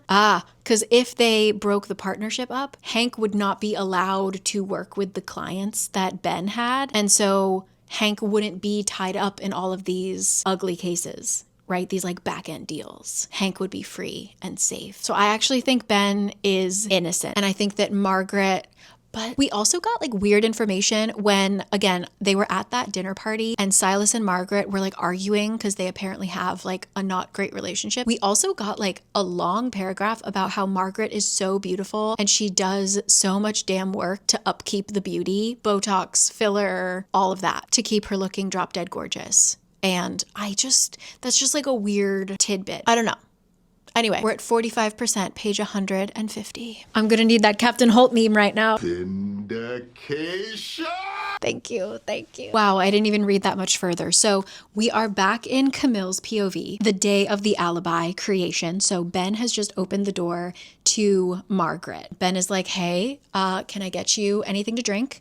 They go in the kitchen. He gets her some water. She's like, thank you for seeing me. She's batting those eyes at him the same way she's done to my brother. Why is she here? My mind floods with memories of moments between them that I've shoved aside. Small touches that weren't exactly inappropriate, but felt a bit too intimate. A look between them that feels like they share the same secrets. Nothing sexual, but a familiarity that shouldn't be there. But Ben doesn't look happy to see Margaret, let's just say. Ben is like, yeah, of course I would see you. I'm always here for you. But something about like the way he's standing, Camilla's like, I know my husband and he's not happy. He's not happy right now. Why isn't he happy? Ben is like, I'm assuming Silas sent you? And Margaret's like, no, he doesn't know that I'm here. And the reason that she's here is because she thinks Silas is about to do something drastic. He's freaking out. He knows you've been keeping tabs on Aubrey, and he's convinced Foster sent her what he had before he died. And it's only a matter of time before you got it from her. So Camille, none of this makes sense to Camille. She's like, first of all, I didn't know that Foster died. Seems like nobody knew that Foster's dead, but he's dead. Okay. How do Margaret and Silas know about Aubrey? That's really weird. She's like, I always hate that I seem to be the only person in my family that doesn't know what's going on. Maybe because you're always studying abroad in Spain. And Margaret is like, and by the way, Silas has somebody watching Aubrey too. Like, one PI wasn't enough. He didn't trust Ben to get the job done. So he also has someone tailing Aubrey. And as a result, tailing Ben. Margaret's like, yeah, we got pictures of you talking to the car people who live with Aubrey. And Camille is like, wait, those car people live with Aubrey? Like, Camille's mind is being blown. For someone who was like digging so deep and trying to find shit about her husband, she's not a good detective, my girl. Ben starts laughing. Are you fucking kidding me? You go through all this trouble just to tell me that Silas is watching me? You have underestimated me if you think I'm not aware of everything your husband is doing. And Margaret is like, no, that's not why I came. I just wanted to tell you, like, you guys need to get your shit together and communicate, or else like my dad or Silas is gonna do something crazy. They think that you're gonna keep that evidence and use it against them. And Ben is like, yeah, because I am. He's like, the second I get my hands on it, the first thing I'm gonna do is use it to get out from under the thumb of Randall Everett, where he's been keeping me pinned all these years. His face comes closer to Margaret, and I can see the vein popping in his forehead. I didn't agree to cover for Silas that night he killed those people, just so Randall fucking Everett could control the rest of my life. Camille is like, wait. I was here to find evidence that Ben did something bad, not my baby brother. Rewind the tape. Erase the tape. Silas wasn't even in Corbeau that summer. I backpacked through Europe. Silas worked on a cattle ranch in Texas. That's why I never even considered Silas would be a part of it. Ben continues, he says, I would have never agreed to be his alibi if I had known it meant I'd be Randall's puppet all these years. Why are you here? Why did we need to talk in person? And she's like, I'm worried. And I think he wants to tell Camille everything. You know how pissed she'd be. And Ben, surprisingly, is like, I actually don't give a shit if he tells Camille, because you know what she's gonna do? Bury her head in the fucking sand like she always does. She always tries to pretend she doesn't know where the family money comes from, that money that she loves to spend. As long as her lifestyle doesn't change, she won't care. Kind of true. Like, she didn't want to leave Ben because she was scared of her lifestyle change, etc. Like, she's just a cushy, rich, white Southern lady. And it's hard to not be that anymore, regardless of the circumstances, okay? No. Sorry. What if Ben isn't dead? What if Ben was faking his death? I don't think that's true, but like, what if? And then he says, we've known each other a long time, Margaret. Don't forget, I'm the keeper of the secrets. And then Margaret is like, oh, Silas is going to be home soon. I got to go. And she dips. Let's just say it was a good thing that Camille brought that bucket up to the attic, because she uses it to vomit all of the contents of her stomach up, because she's like, oh my God, I have been living a lie. By the time she gets back to her iPad to look at the cameras, Margaret is gone and Ben is back in his office working as if he doesn't have a care in the world. His phone rings and he's like, hey, take a picture and send it to me. Click. If it was my husband, that would be me telling him that I just saw a corgi on the street, and we would have that exact conversation. I'm assuming Ben isn't requesting puppy pictures. So whatever it is, we can't see it. The cameras don't pick it up. He's looking at his phone and he like sits up in his chair. He stares at his phone for a long moment, taps on his screen. He seems a bit frantic. And then a few minutes later, he's like, I'm leaving the house now, and hangs up. Watch it just be a corgi, because that would be so fucking fun. That would be, my husband would run out of the house. If I told him there was a corgi puppy outside of our home, yeah. Once again, I'm assuming Ben isn't looking for dog pics, okay? Off he trots. She hears the garage door open and she books it. She runs down the attic stairs and she starts collecting all of the cameras. She says, I don't know what I'm gonna do with this footage I have, but I'm not leaving it behind, because there's a good chance I'm never stepping foot in this house again. You're not supposed to be here. I scream and fall, landing on the floor next to the overturned chair. And there's Ben, leaning against the wall, staring at the cameras on the ground next to me. Then we get a Ben chapter. Flashback to 10 years ago. We are at 50%. I'll see you in a second. We've got a lot to cover. Okay, 10 years ago, Ben is asleep in his room when he is woken up by a knock at his window. And who comes climbing through but Margaret, who is dragging Silas. Silas is so drunk or whatever. He's not moving his own body very well. They're covered in blood. These two are a disaster. Silas is the definition of an entitled asshole who knows money solves all problems and consequences don't apply to him. Daddy has always fixed everything and always will. Margaret is from my part of town, lives a couple of streets away, and latched onto Silas their junior year of high school and hasn't let go. Apparently, they were all partying, this whole group of kids. Silas got hungry and he couldn't find his Jeep, so he just borrowed Paul's car because Paul was drunk and asleep or passed out somewhere. Silas is like slurring his words and he's like, I don't even remember what happened. You shouldn't have let me drive, Margaret. So Ben is like, I'm assuming you guys got in a wreck. You're covered in blood. And Silas is like, yeah, there was a car. All of a sudden, Ben is like, was anyone hurt? And Margaret is sobbing. She's like, we got out of Paul's truck and just started running. So Ben is like, bro, I've got to call your dad. Like, this is way too big for me, for any of us. Like, we have to call Randall.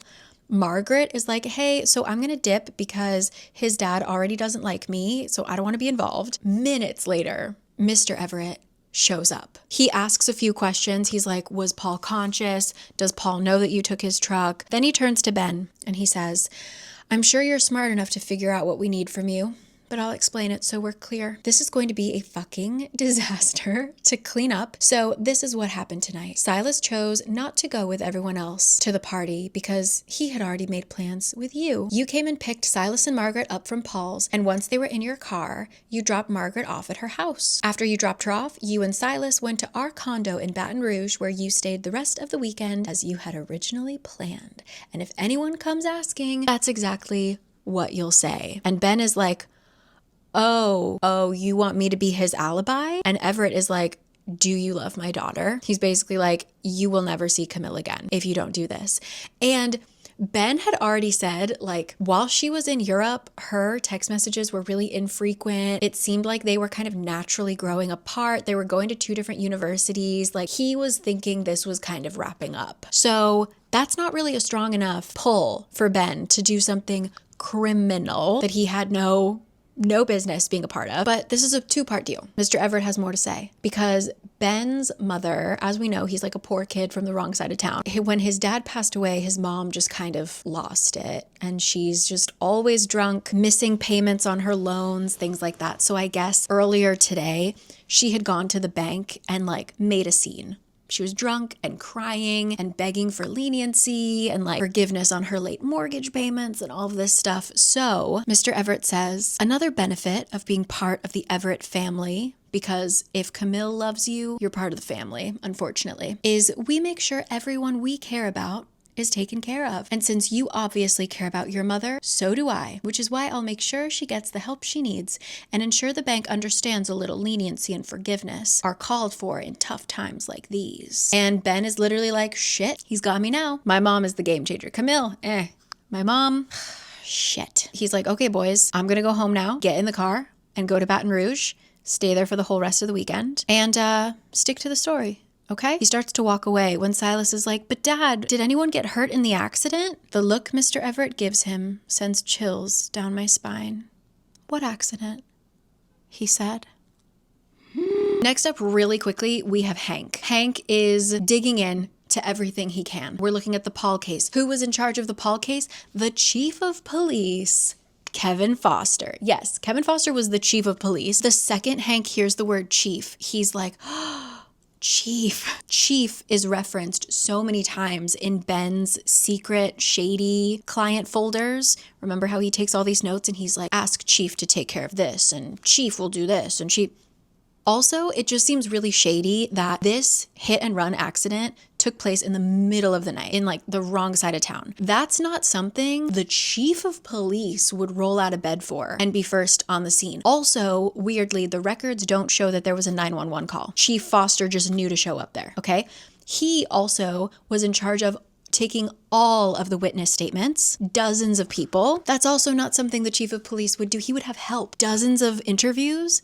He would have other people working on it. So Hank is like, this is all bad. Then it turns out a few months ago, Kevin Foster was diagnosed with pancreatic cancer, and he started getting really freaked out about death. And according to his Facebook, he was just posting about how he was really getting obsessed with like forgiveness and repentance and sins and things like that. So looked like a man about to crack. And a chief of police sharing secrets, maybe not so great. So Hank follows this little hunch and he asks his assistant, he's like, can you look up who the biggest donors are for Chief Foster's campaigns? Because the chief of police is a elected position. Who was funding his campaigns? Biggest donor, Randall Everett. The next below him, Mr. Bayless.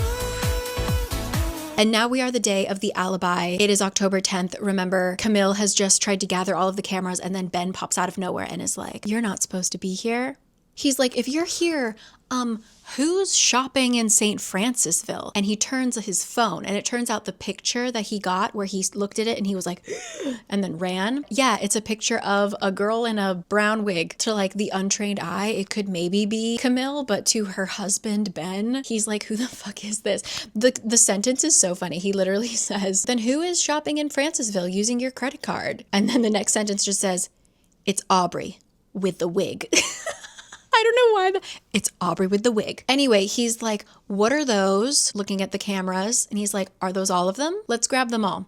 Have they been uploaded to a cloud or do they have the internal memory cards? She's like, internal memory cards. There's one more in the potted plant. They collect them all. He takes the memory cards. He throws them down the sink, turns on the garbage disposal, and he sits down on a bar stool. And he's like, all right, let's have a chat, wife of mine. And Camille is still like, I know you're up to something. Like, I'm gonna divorce you and you're a bad man. And Ben is like, you thought you were gonna catch me doing something bad, and instead you catch your brother doing something bad, but you still think what's going on? What's going on? To be fair, he does say, what are you gonna do? Divorce me? Because that's not gonna happen, which I think is a little odd, okay? And he's like, are you gonna go to the cops and tell them that Silas killed somebody just to be able to divorce me? Like, are you gonna throw your baby brother under the bus? Because all I did was cover for him for you and my mom, but for you, okay? And he says, and then what are you gonna do, Camille? You gonna go home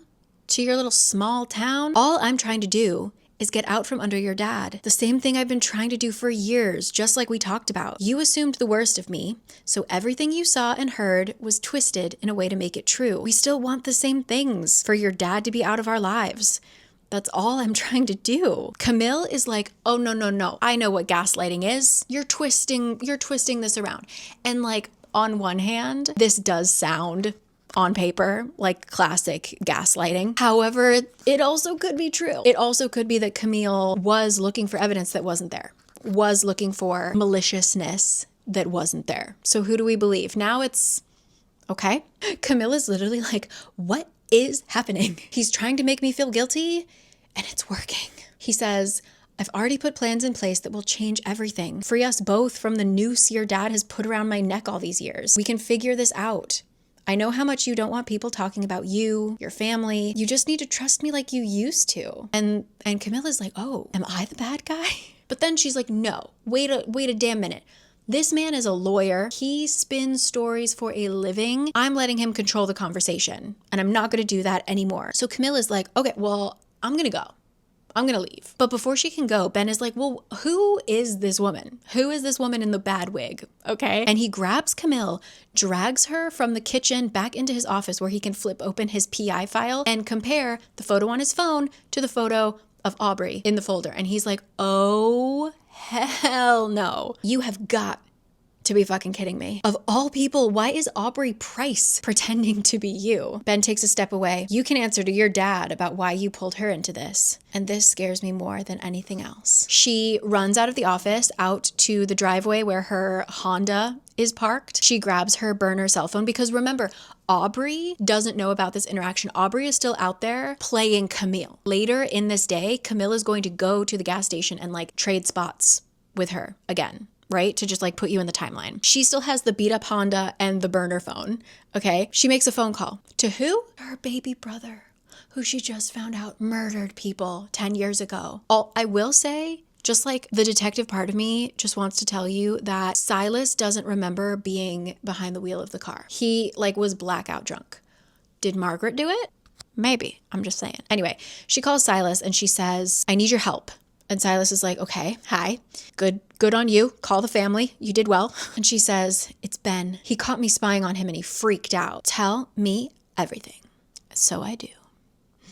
They're making it real hard for me to like Camille. She does seem a little dumb. We are now at 55%, page 184. Boy, oh boy, do we have a lot to catch up on. I think Margaret killed Ben. I'll tell you why in a second. We've got ground to cover. Really quickly, from Hank's POV, he goes to the rosary. They can't have a funeral for Ben until they release his body, and his body, I guess, is like they're still using it. It's under investigation, so they're just having like a church service and they're all gonna read the rosary together. He's also closely watching Camille because he's like, she looks really messed up, but he knows from experience that the best way to gauge someone's true reaction is to see them the second they find out the bad news. Gonna be honest, I didn't see it. Didn't see her initial reaction. So he's just watching her now. And what he finds very interesting is that she seems to really hate Margaret. Like anytime that Silas's wife tries to be like, can I get you any water? Oh, do you need anything? Can I do anything for you? Camille is very like... which is weird. He manages to save Camille from having to greet every single person in this church because she's very tired, and he's kind of pulls her aside and rescues her. And he's sort of like, what's the deal with Margaret? And Camille is like, ugh, she's just an attention hog. Like Camille knows that Margaret's having the time of her life. And Hank randomly is like, hey, by the way, Camille, like, do you know why Ben wanted to break up the partnership? And she doesn't look at me when she answers. I don't presume to know anything about Ben. Not anymore. Then someone comes to take her back to the greeting line. They're like, hey, somebody needs to talk to you, whatever. So he watches her go, and a few seconds later, she like stumbles backwards. She's like saying goodbye to everybody, and then she just goes like, whoa. Her mom, who's standing next to her, is like, are you okay? And she's like, whoa, yeah, sorry, haven't eaten anything, and I just got a little dizzy. I'm gonna go splash some water on my face. So Camille heads to the bathroom when Hank notices another woman who looks familiar. It takes me a moment to place her. Aubrey Price. And that is who Camille saw when she went like, blah, that's weird. Why is Aubrey here? And Aubrey follows her in to the ladies' room. That same day, Aubrey is like, yeah, Camille is pissed that I'm here. But to be fair, Aubrey and her friends are freaking out because they haven't heard anything since they saw on the news that on Sunday morning that Ben was murdered. And Aubrey is like, if I knew that there would be a murder, I wouldn't have involved my friends. Like a police officer showed up to question Eddie and Shane about their involvement with the car. Aubrey is like, this is really, really fucked up. And Camille like updates her on what happened, like how Ben saw her, made her erase all the footage, blah, blah, blah. And Aubrey is like, hold up. You acted like everything was fine at the gas station.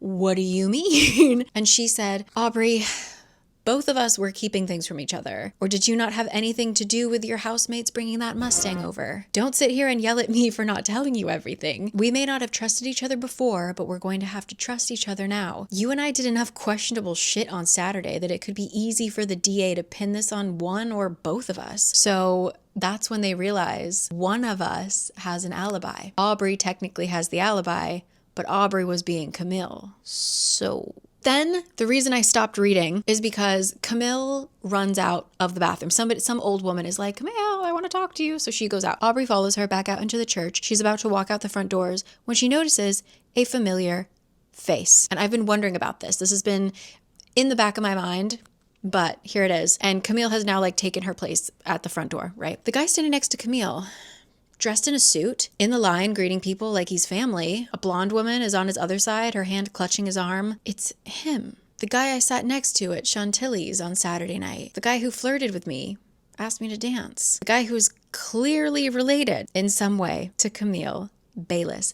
Silas was at the bar. Camille proposed a different bar. Aubrey wasn't supposed to go in this bar. Aubrey went into this one by chance. Do we think that by chance Silas was there? No, because what do we also know? Silas hired a PI to follow Aubrey, and he showed up after Aubrey arrived. Remember, she got there when it was kind of dead. What if Silas was using Aubrey/Camille as an alibi while Margaret went and killed Ben, or Randall went and killed Ben? Where's the mom? Interesting. Okay, this is going to be my final check-in of the night because I'm going to finish the rest of this book tomorrow, even though it's been good. I don't like the characters. Yeah, I don't really like any of the characters. But you know what? It's fine. At least there aren't plot holes. At least this feels like there was thought put into this, you know? So after we see Silas, once Aubrey sees Silas, she immediately heads home, texts the gang, 911. We're having a family meeting. Okay. And she's starting to wonder, like, did Camille set me up? They decide that, like, they don't think that Camille did it. Like, collectively, they're like, no, she gave you way too much control. She gave you her car, her credit cards, her phone. Either she planned this really horribly or she's an evil genius. Like, she planned it so badly that it was good. I don't know. But basically they're like, no, something doesn't seem right. It doesn't seem like it's her. And it turns out that the guy who sent the picture to Ben, it was actually Vic, because he didn't know about their whole plan with Camille. So when Ben texted to be like, hey, are you watching my wife? Can you send me a picture of her? He sent a picture because he's an idiot and he didn't recognize that it was Aubrey in a wig and not Camille. So he actually made an oopsie daisies and he feels really bad. So, but at the end of the day, it's really going to come down to reputation. And if it's Camille's word and her family versus Aubrey's word and her roommates, who do you think the city is going to believe? So Camille, we are back at the day that they are building this alibi, right? She has just left Ben at home, called Silas to be like, we fucked up, is now back in St. Francisville. Because remember, she's supposed to meet Aubrey to exchange cars, and then she's going to stay overnight in the inn that Ben booked for her. Okay, so the conversation with Silas was the most honest they've ever been with each other. She says that she confessed almost everything, including meeting Aubrey, setting all of this up, and then Silas explained what happened 10 years ago. It was the most honest and raw conversation we've ever shared. Silas sounded so broken. There was no excuse for what he did. He was a dumb kid who made a really horrible decision getting behind the wheel that night. And I don't like this. I don't like this part, all right? I had asked him how long it took before he found out that the couple had died, and he said, too late to own up to it. Once Dad got involved, I could have screamed it from the steps of the courthouse and nobody would have listened to me. And Camille is like, you know what? Anybody not directly related to my dad would have called this a bullshit answer, but I knew what he meant. Our father had fixed it before Silas was even sober. I don't like that. Oh, it was too late, Daddy. And he's sort of like, you know what? I feel so bad that Aubrey was orphaned because of me. But he's like, I've got more complicated feelings about Paul. He's like, yeah, a man is locked up in jail for the crime that I committed, but also Paul was a drug dealer and did like really shitty things, and he probably would have ended up in jail anyway. And then Silas is like, listen, why don't you like go back to the inn, just relax, like sleep it off tonight. But Camille is way too antsy. So she decides to just follow Aubrey. She sits in the parking lot and watches Aubrey go in and eat dinner. And then she goes and sits in the parking lot of the bar and watches Aubrey go in the bar. And then Silas shows up. Silas like knocks on her car window and he's like, what the fuck? What are you doing here? And Camille is like, me? What are you doing here? Apparently Silas went to the house to like try to talk to Ben. Ben didn't answer. So he came to check on Aubrey and this whole operation. He says, I'm worried whoever sent Ben that picture of her shopping earlier is still around because Silas doesn't know about Vic. I thought I'd come by and make sure everything was okay. She shouldn't be involved in this. Not after everything she's gone through. I don't really buy that. Do you know what I think is going on? I think that they're gonna whip this up to make sure that Margaret gets sent to jail. I think that the siblings, the whole Everett family is gonna walk away clean. Aubrey will be okay. Deacon might take the fall. Deacon might take a fall. But yeah, I think that Margaret is going to be the target, the fall girl. Okay. Also, while they're talking, they bring up Ben and how Ben has been like under Daddy's thumb. And Silas is like, nah, liar, liar, pants on fire. Every case he took on his own, he asked for help. So sure, Daddy sent him some shady deals, but Ben went and found shady deals himself. And Silas just says, just promise me you won't go back to Baton Rouge tonight. Like, please just stay at the inn, try to rest, don't confront Ben. And then he walks into the bar to go meet Aubrey, as we saw in like the very first scene. And then Camille puts on her big girl panties. She's like, you know what? If I don't stand up for myself now, I never will. Everything's changed. I know enough that neither Ben nor Dad will be able to hold that prenup clause against me. I'm going back to Baton Rouge first thing in the morning and telling Ben I want a divorce. And I still just like, girl, she's obsessed with the prenup. Get yourself unattached from this evil family, the evil blood money that you want. Like, it's just, do you need the luxury goods that badly? Like, I get it. That's really scary. I understand. But I have very little empathy for the uber rich, let's just say. Then very quickly, we are at Hank's office, Hank and Ben's office, because it is after the rosary situation and Camille is finally going to get officially interviewed by Detective Sullivan. And even Hank is a little bit like, oh, she fucked up, because she looks nervous as hell.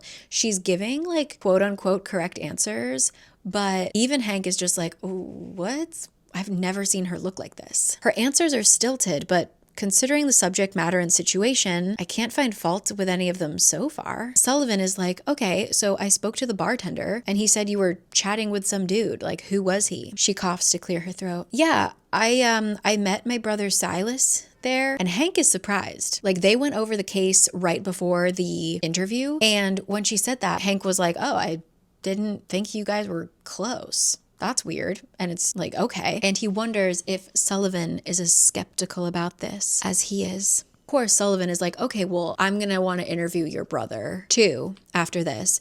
And she says, that's fine. He'll be here to pick me up when we're finished. And he's prepared to tell you exactly what I just did. And Hank is like, fuck. It takes everything in me not to bang my head on the table. Phrasing it like that is about the worst way to put it when you're looking for someone to corroborate your story. This is the tricky part. It's not just the anatomy of the alibi, having someone vouch for you, but it's the psychology of it.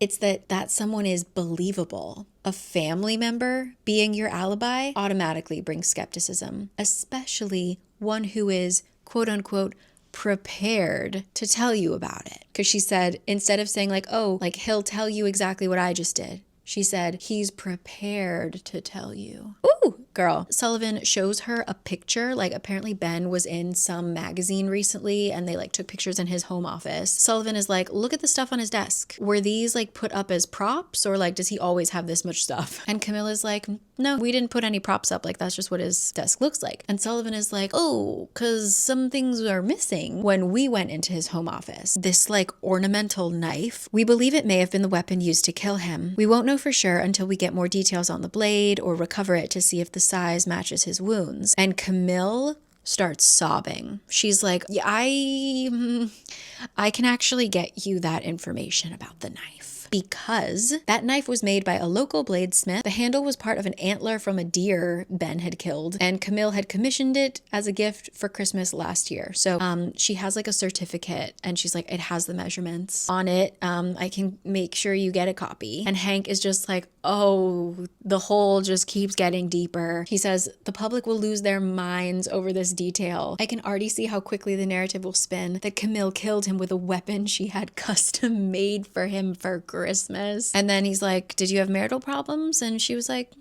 no, we fought like a normal couple, but And our final chapter before we go to sleep, Aubrey's freaking out and she needs to get rid of any evidence that she can think of. So she is Googling ways to destroy her laptop. And as she's Googling, she's like, fuck, every Google search is going to show up in my history, which means that I really need to get to the bottom of this and find a good way to destroy it. So eventually Deacon is like, I've got a really big hammer. So they destroy the laptop and they throw it in the water. And then she goes to her parents' grave and is just like, I fucked up a little bit, got a couple setbacks, but I'm going to find who did this to you. I'm going to get to the bottom of this. And we will continue tomorrow. All right, folks, a new day. We've got 75 pages left and we still don't know who killed Ben. Here we go. We're starting with Camille's POV. She has just finished the interview with Sullivan. She's really shaky, not doing too hot. Silas is here to pick her up. So she's like, hey, you wanted to talk to my brother? He's here. So he asks Silas the typical questions like, where were you? When did you leave? And Silas is like, well, Camille left around midnight. I left around that time. And Hank is like, there you go. You got your alibi. Can they leave? Can my clients leave now? And Detective Sullivan is like, well, that covers the time between around 10 to midnight. But I'm more interested in 6 p.m. to 8 p.m., which is when the coroner assumes the time of death is. And Camille and Silas are like, oh fuck, because they don't have a alibi for that. And it was basically like an hour or so after Camille left the house is when Ben was likely killed. Okay. They're just standing there gobsmacked when Hank is basically like, and interview over. You gotta go, Sully. Okay. Sullivan leaves and Silas just immediately turns to Hank and starts saying mean things to him. He's like, hey, I think like I don't trust you to handle my sister's case. And then he says, and do you want to know why Ben didn't want to be your partner? And Hank is just like, Silas doesn't wait for him to answer. Ben thought he could dirty you up. He was hoping since you came from the DA's office, you would know their weaknesses, know which guys were on the take, the ones who could be swayed and used. He'd been relying on Foster for years, but wanted someone who answered to him, not to Daddy. So honestly, man, take it as a compliment that he didn't want you anymore. It means you were clean. And Silas is like, listen, if you promise to handle my sister's case well, then I promise all of Ben's promises, all of his shady deals, Silas will handle. Silas will clean up the mess. Okay? And then after Hank leaves, Camille and Silas are talking. I think they're driving back to the house. Silas is like, and Camille, this is bigger than you think it is, because it wasn't just the videotape. Foster said that he had evidence of Paul being innocent, right? He didn't just have that. Apparently, Chief Foster has been keeping a record of all of the things that Daddy Everett has asked him to do. All of the shady shit that he's been paid to do. He's kept a record. And so when he got his diagnosis, when he found out he had cancer, he wasn't just going to spill the beans about Paul. He was going to spill the beans about everything. And again, I'm just like not a fan of Camille. I really think it's going to turn out that like the Everett family protects the Everett family, because Camille, instead of being like, oh my God, we'll finally take down Daddy, she's so obsessed with keeping the family reputation that she's like, well, I know where Ben had that key for Foster's safe that he never ended up using because he was killed. I saw where he put it. We can go try to open Foster's safe and get that evidence. Okay, Camille. After that, really quickly, Hank follows Sully to the police station because he also needs to give his interview. We don't really learn much. Like, Hank doesn't have that much information, but Sully does. And Sully is like, hey, we think that Ben hired a PI to follow this girl named Aubrey Price. Isn't that weird? Haha, have you ever heard of her? There we go.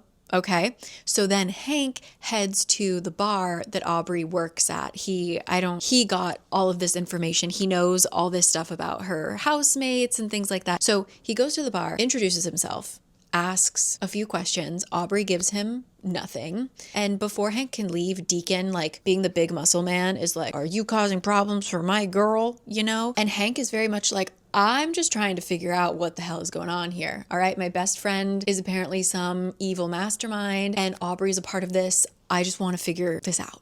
Okay, here, if you have anything outstanding that happens, here's my phone number. Give me a call anytime. And he leaves. Then Aubrey and Deacon head back to the house where Serenity is throwing a birthday party for her boyfriend, Frank, as one does. It's a Friday. It's been a really long week. All Aubrey wants to do is get to the house and get in. They have like a tub. Actually, Deacon's room is the one with the tub. Deacon is also very forward of being like, if I find you in my bed tonight, I won't be mad about it, kind of thing. I don't know why we're having this romantic thread. Is Deacon the evil one? Maybe, but basically she is in her room getting her stuff together so that she can take a nice bubble bath. When she closes the drawer, like one of her drawers, and something cuts her and she's screaming. So obviously all the guys run in and they find a knife in her drawer, and not just any knife. They find the special carved knife that says like Benjamin Bayless on it because it was custom made for him as a Christmas gift from his wife, Camille. The murder weapon is in Aubrey's top drawer and she knows that this has been planted. She's like, what the fuck do I do? Like pardon? So luckily Eddie and Shane are like, give me the knife, give me your pajamas, because she like dripped blood on her pajamas. Let's take it to the garage. And they like hide it in a vat of oil or something like that. They just like drop it into a vat of oil. And they know, they're like, somebody planted this, and I'm sure the police are going to show up any second. Like if they're actually thorough, they're going to plant evidence and then call it in. So let's just go to the birthday party, hang out, have a beer. They're sitting there for about an hour when a shit ton of cop cars pull up, and they're like, where's Aubrey Price? We've got a warrant. We're going to search your house. The warrant only covers the shared spaces and then Aubrey's room. So everybody else's room is private, but they search, tear Aubrey's room apart, and they can't find a thing. She told Deacon what was happening because he didn't come. He just dropped her off at home. Then he had to like go do something. She obviously kept him up to date. And then once the cops leave, she's like, hey, they're gone. He arrives 5 minutes later and he's like, we got to call Hank. Aubrey's like, why would we call Hank of all people? And how do you have his number? And he said to call him if something significant happens. This feels pretty fucking significant. So then Hank shows up at the house. Poor Hank. Also, Hank has said, like, thank God it's Friday. I'm so excited to try and get some sleep. And instead, he is running all around town, chasing down leads. Hank asks to see everywhere that the cops checked. And when they get to Aubrey's room, like I said, it's destroyed. And he notices all of the letters and gifts from Paul Granger are like arranged on the desk. We know that he likes to make things out of leather. Like, remember when Aubrey went to the jail, he gave her a leather bookmark, and I thought that was odd. Apparently, every time he has sent a letter, which I believe are 4 times, the letter comes with a gift. So it comes with things such as a wallet, a couple of bracelets, a jewelry box, and a bookmark. And Hank notices something. This is what's so great about having, like I said in the beginning, having a character that notices details. Hank is like, so all of his letters are handwritten except one. One is typed. That's weird. The typed one came inside the jewelry box. Hank is just standing in her room really confused, like, I don't know what to do with any of this information. And Aubrey is so tired. Once again, she has been dreaming of taking a bubble bath. She's just like, why don't you ask Camille what I was doing in St. Francisville? Like, you seem pretty convinced that I was in St. Francisville. Why don't you ask your client why? Hank just sighs and says, I think it's best if I leave. If you need legal counsel, my office can recommend someone. And he leaves. Then we get another flashback to Ben 10 years ago. I'm still saying Margaret did it, and I don't know why. Basically because she's been missing for a while, and I feel like that's suspicious. But we've got some new shady characters as well. Ben and Silas have spent the weekend in Baton Rouge as they were supposed to. They go home. Silas goes home to get interviewed by the police. Ben, instead of going straight home, goes to check on Margaret, and Margaret is like in her room doing whatever. And she tells him that a couple has died. She also is like, so, is Silas's dad being really nice to you? Like, he went from hating me to calling me a member of the family overnight. Funny how that happens. And Ben is like, yeah, that's crazy. We need to stick together. I've got your back if you've got mine. And then Margaret says, Silas and Camille are stuck with us now too. Not too bad for 2 white trash kids from the south side of Corbo. And for the first time since Saturday night, her mouth turns up in a smile, because she was basically literally herself said she's like trying to get her claws into Silas so that she can have a cushy life. And well, this helped. I think was Margaret driving? Did Margaret? I don't like it when girls are guilty. After that, the next day, Camille takes Silas back to the house where they're going to go grab the key that Ben had. And Silas has made like some kind of call where Kevin Foster's wife has to go to the police station to like pick up a special honorary plaque or something. So she's going to be out of the house. So they have a short window where they can go in uninterrupted and like try to open the safe. So they do that. They get in, they open the safe, empty. Before they can even be like, what the fuck? Someone body slams Silas. Who is it? Deacon. And Deacon was basically like, yeah, we were tracking your car. We've been waiting for you to open this damn safe. Wow, there's nothing in it. I guess I can go tell Aubrey. Bye. The next day, Hank gives Camille a call because Aubrey telling him, like, why don't you ask Camille why I was in St. Francisville? That's been really bothering him. So he gives her a call. Camille just starts blubbering. And he's like, listen, I can't help you if you don't let me in. So she decides she's going to tell him the truth, but she's going to talk to him in person later. And then he gets in his car. And I genuinely had to look this up because I cannot believe it's true. It is true. He goes to the prison, and it's great because today is the great Angola prison rodeo. And so this has apparently been going on since the 60s, and it's still going on to this day. The Louisiana State Penitentiary, Angola Prison, has a rodeo where it's voluntary, but inmates can like volunteer to do rodeo things. So he describes one activity where there is something called inmate poker. There's like a poker table and the inmates are playing a poker game, and then they release a bull, and whoever gets up from the table last wins, as like a bull is rushing them. Okay, so that's just a crazy rabbit hole to go down. That's bananas to me, but it exists. But Paul is not doing the bull riding or bull rushing thing. He is selling his crafts. And we get like a conversation with Paul that's basically just rehashing everything that we know. And Hank is like, by the way, what was up with the typed like, why did you type one letter and handwrite all the other ones? And Paul is like, we don't have access to computers, sir. Like, we handwrite all of our letters. And Hank is like, okay, well, it was sent in one of your jewelry boxes, because Paul is selling, you can see all of the things that Paul is selling, and one of them is the jewelry box. And he's like, I mean, anybody who bought that could have sent it. Then he remembers he did give one to Foster as a gift. Then Paul is like, oh my God, that's great. Maybe Foster gave Aubrey the evidence. Like, we're free, guys. Like, this is amazing. But Hank was like, well, no, it was empty. And Paul said, did you check the secret compartment? Hank immediately on the phone with Aubrey, and he's like, get the jewelry box, open the compartment. He walks her through it. And in the meantime, Deacon has just stepped out to do something to like help Serenity set up her yoga class in the backyard. Frank is here. Frank, Serenity's boyfriend. He's doing laundry at their house. Okay. He's loading the laundry and he's watching what Aubrey is doing. And she's like struggling. So he's like, here, I've got tweezers.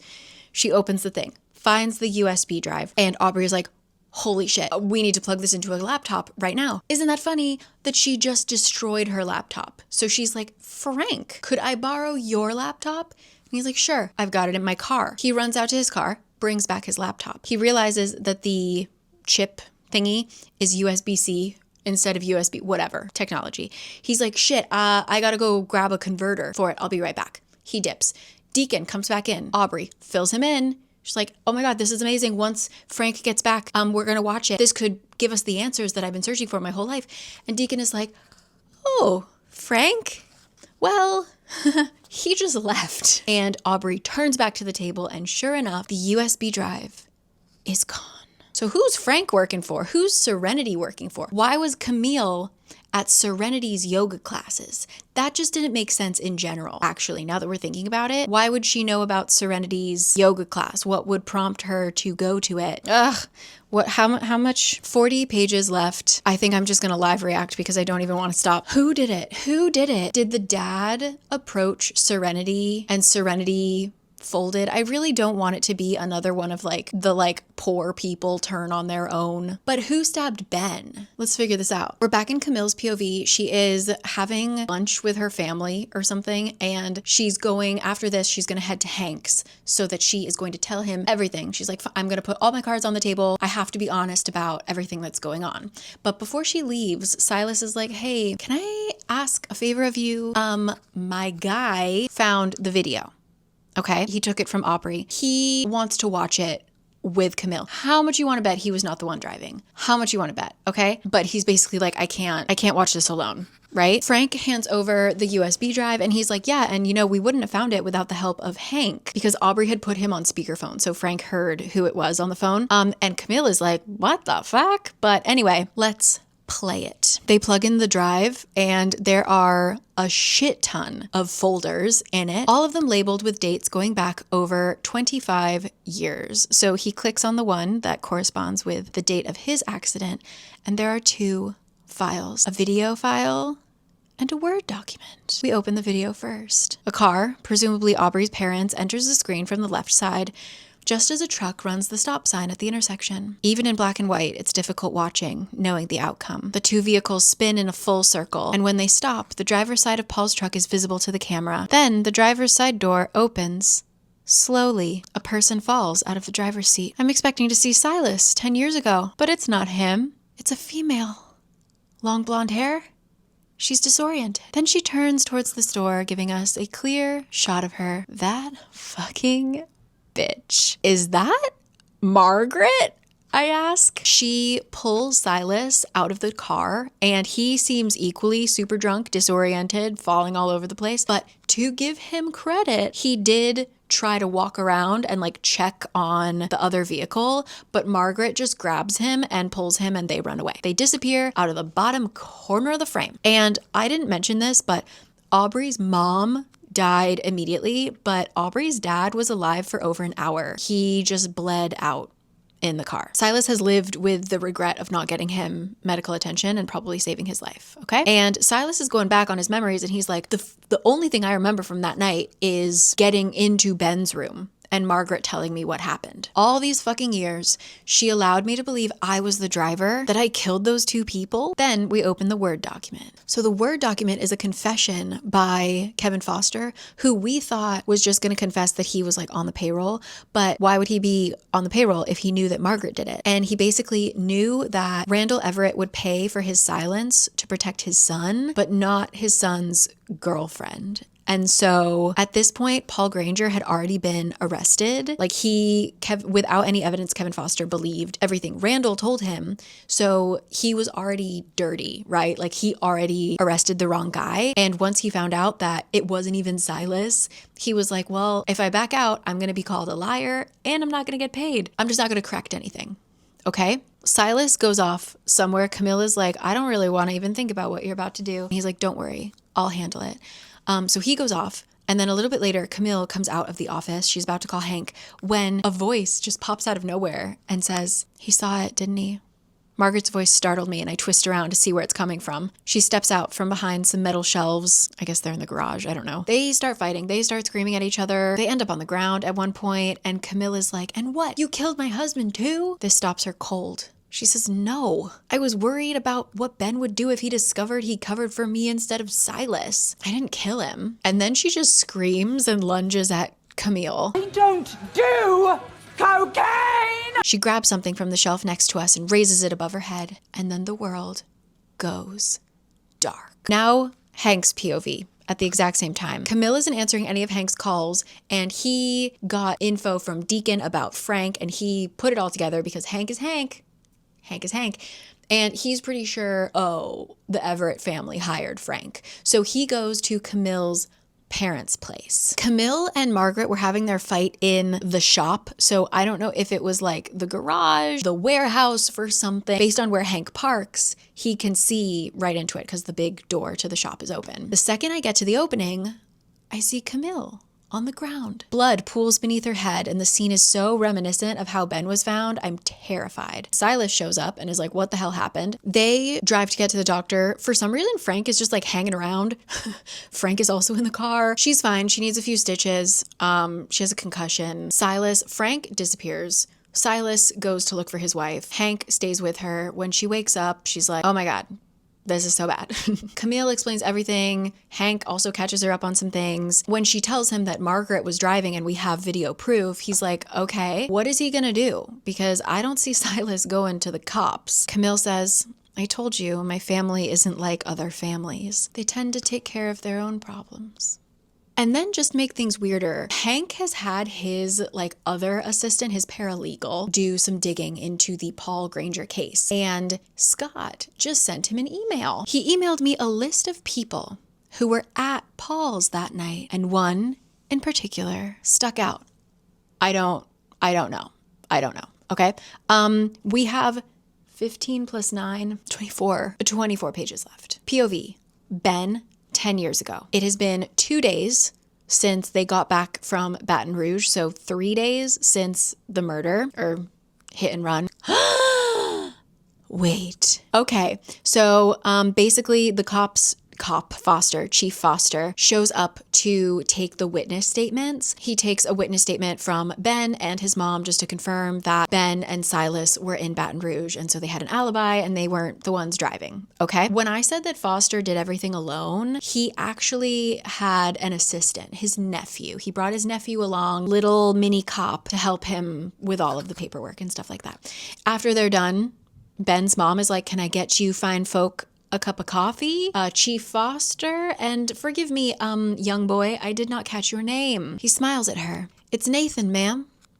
Nathan Sullivan, and you can call me Sully. So way back, when we just learned that Foster died, his name is Kevin Foster, and when Ben got the key to the safe, they were like, oh, now that Foster is dead, his nephew Nathan is like taking care of the house. And Kevin Foster is dead, so his nephew is living in the home. His name is Nathan. I don't know if that matters, but there you go. So we have heard the name Nathan before, but I assumed his name was Nathan Foster. He must be on the mother's side because his last name is Sullivan, aka Detective Sullivan. Interesting. Now we're in Aubrey's POV. It is the next day after Camille has been attacked. Silas has found out that Margaret did it, etc. Okay? Mondays are the days that Aubrey has the house to herself because everybody has work outside, okay? So she's kind of taken the time to do little tasks that she's been meaning to do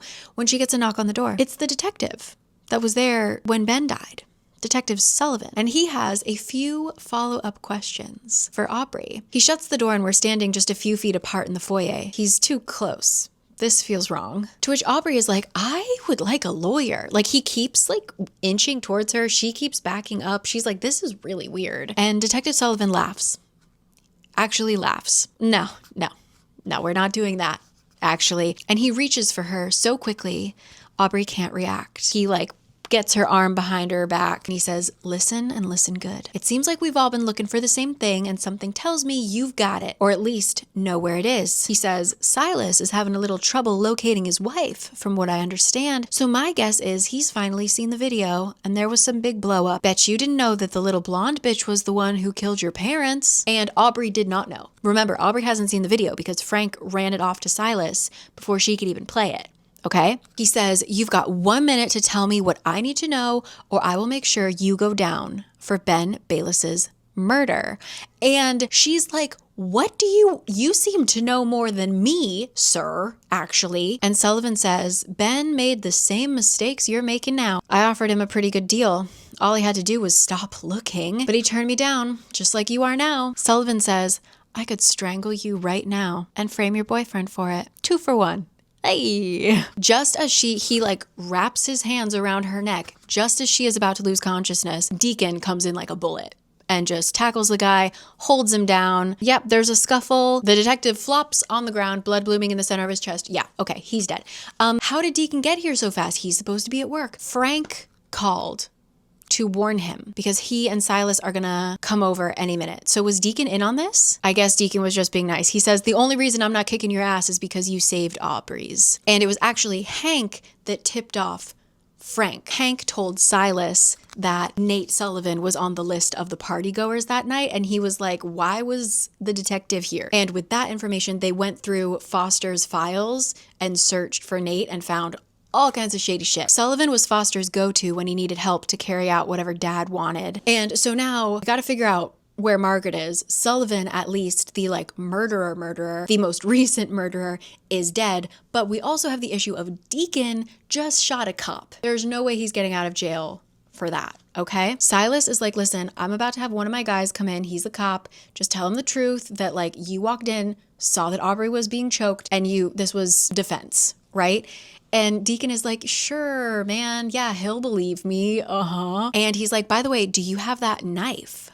And remember, they didn't throw it away. They just hid it in a vat of oil so they can go get it. And they were like, yeah, actually, we could go get that. And Silas is like, cool, because I've got a good place to put it. And remember how Camille was like, we protect our family. We have our own ways of doing things. They're going to fudge the story to make sure everybody is clean. So basically, we're going to plant the knife at Sullivan's. So Sullivan is the one who murdered Ben. And why did he kill Ben? Because Ben was trying to find the evidence to get Paul out of jail. So now they're spinning it that Ben was doing this out of the goodness of his heart, trying to get an innocent man out of jail because he got word that like apparently Foster told Aubrey that Sullivan was driving the car. So they've completely erased Margaret from the story. They're just like, Sullivan was guilty then, Sullivan is guilty now. And so no one's gonna find out that your wife killed my parents? Aubrey says. Silas leans forward. I'll deal with Margaret. Not publicly. And that's gonna have to be okay. That's the only way I can make sure Deacon doesn't go down for killing a cop. If it comes out that Margaret is involved, I can't help you. And Aubrey's like, you think that's all it's gonna take? Like, my word? And Silas is like, yeah. With my sign of approval, yeah. And so Aubrey says, you've got a deal, as long as it keeps Deacon out of trouble. Now we're in Camille's POV, 10 more pages. Camille is recuperating at Hank's house. Silas comes in and updates them on everything that was going on. And Hank is like, whoa, okay, so you're just making this deal. Have you talked to Daddy Dearest? And Silas is like, Daddy Dearest is gonna have to deal with it. And like, I have the USB drive. I'm going to use this to oust my father. Like, he's not gonna be in charge anymore. I'm gonna take over. And Hank is like, you're gonna take over the dirty, dirty business. Like, are you gonna try and turn it around and run it straight? And Silas shrugs. He says, straighter. It's gonna get a little dirty before we're clean, but we'll see what happens. Okay. Then we're in Aubrey's POV. She is working at the bar and Silas comes in and she drops an entire bottle of vodka because she's so shocked. This is now like 3 days later. Silas sits down. Deacon sits down too, because Deacon's always around. Silas starts talking, kind of like to the room, not really to Aubrey. And Doug is also there, like the guy who owns Doug's Tavern, Doug.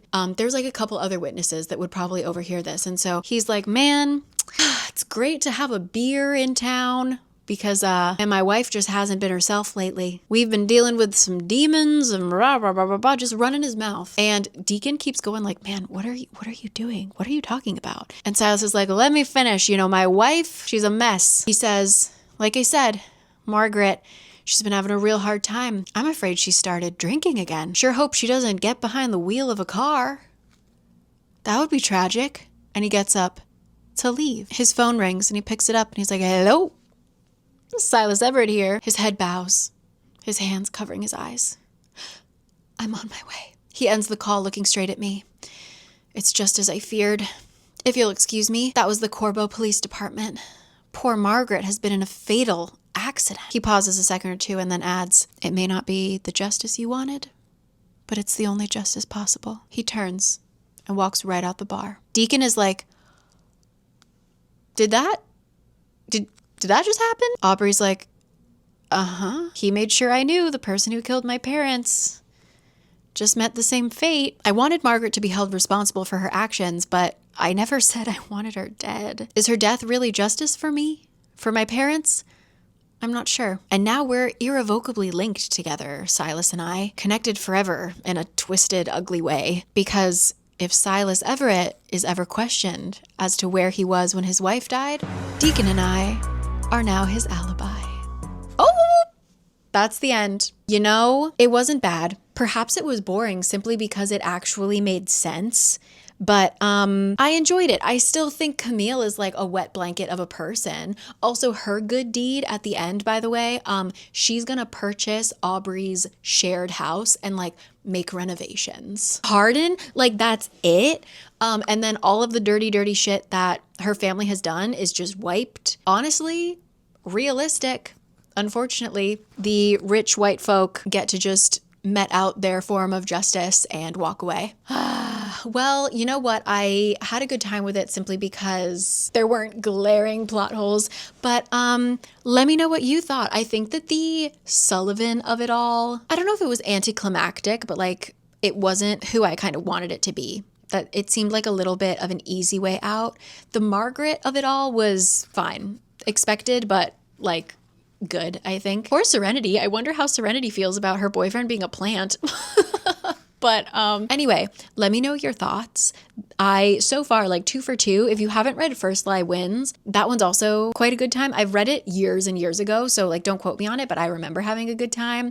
And yeah, that was The Anatomy of an Alibi. I wish that we got like something else from Hank. Like Hank was just the good guy. I feel like the good guys didn't get any resolution, really. Like Deacon gets the girl, Aubrey gets Deacon, and maybe justice for her parents, but not really. Hank also maybe gets Camille in the end. Like it seems like they're heading that way. But it was really the Everett family that came out on top, as usual. So that's frustrating. But like I said, realistic. So I'm gonna go. I'm gonna edit all of this up. I've got like 4 hours of footage. Did you solve it? Let me know. We can go back to crazy ones if you want, like diabolical, stupid ones. Happy to do that for you. Let me know what I should be reading next. Should I go back and be really, really pissed off at a Alice Feeney?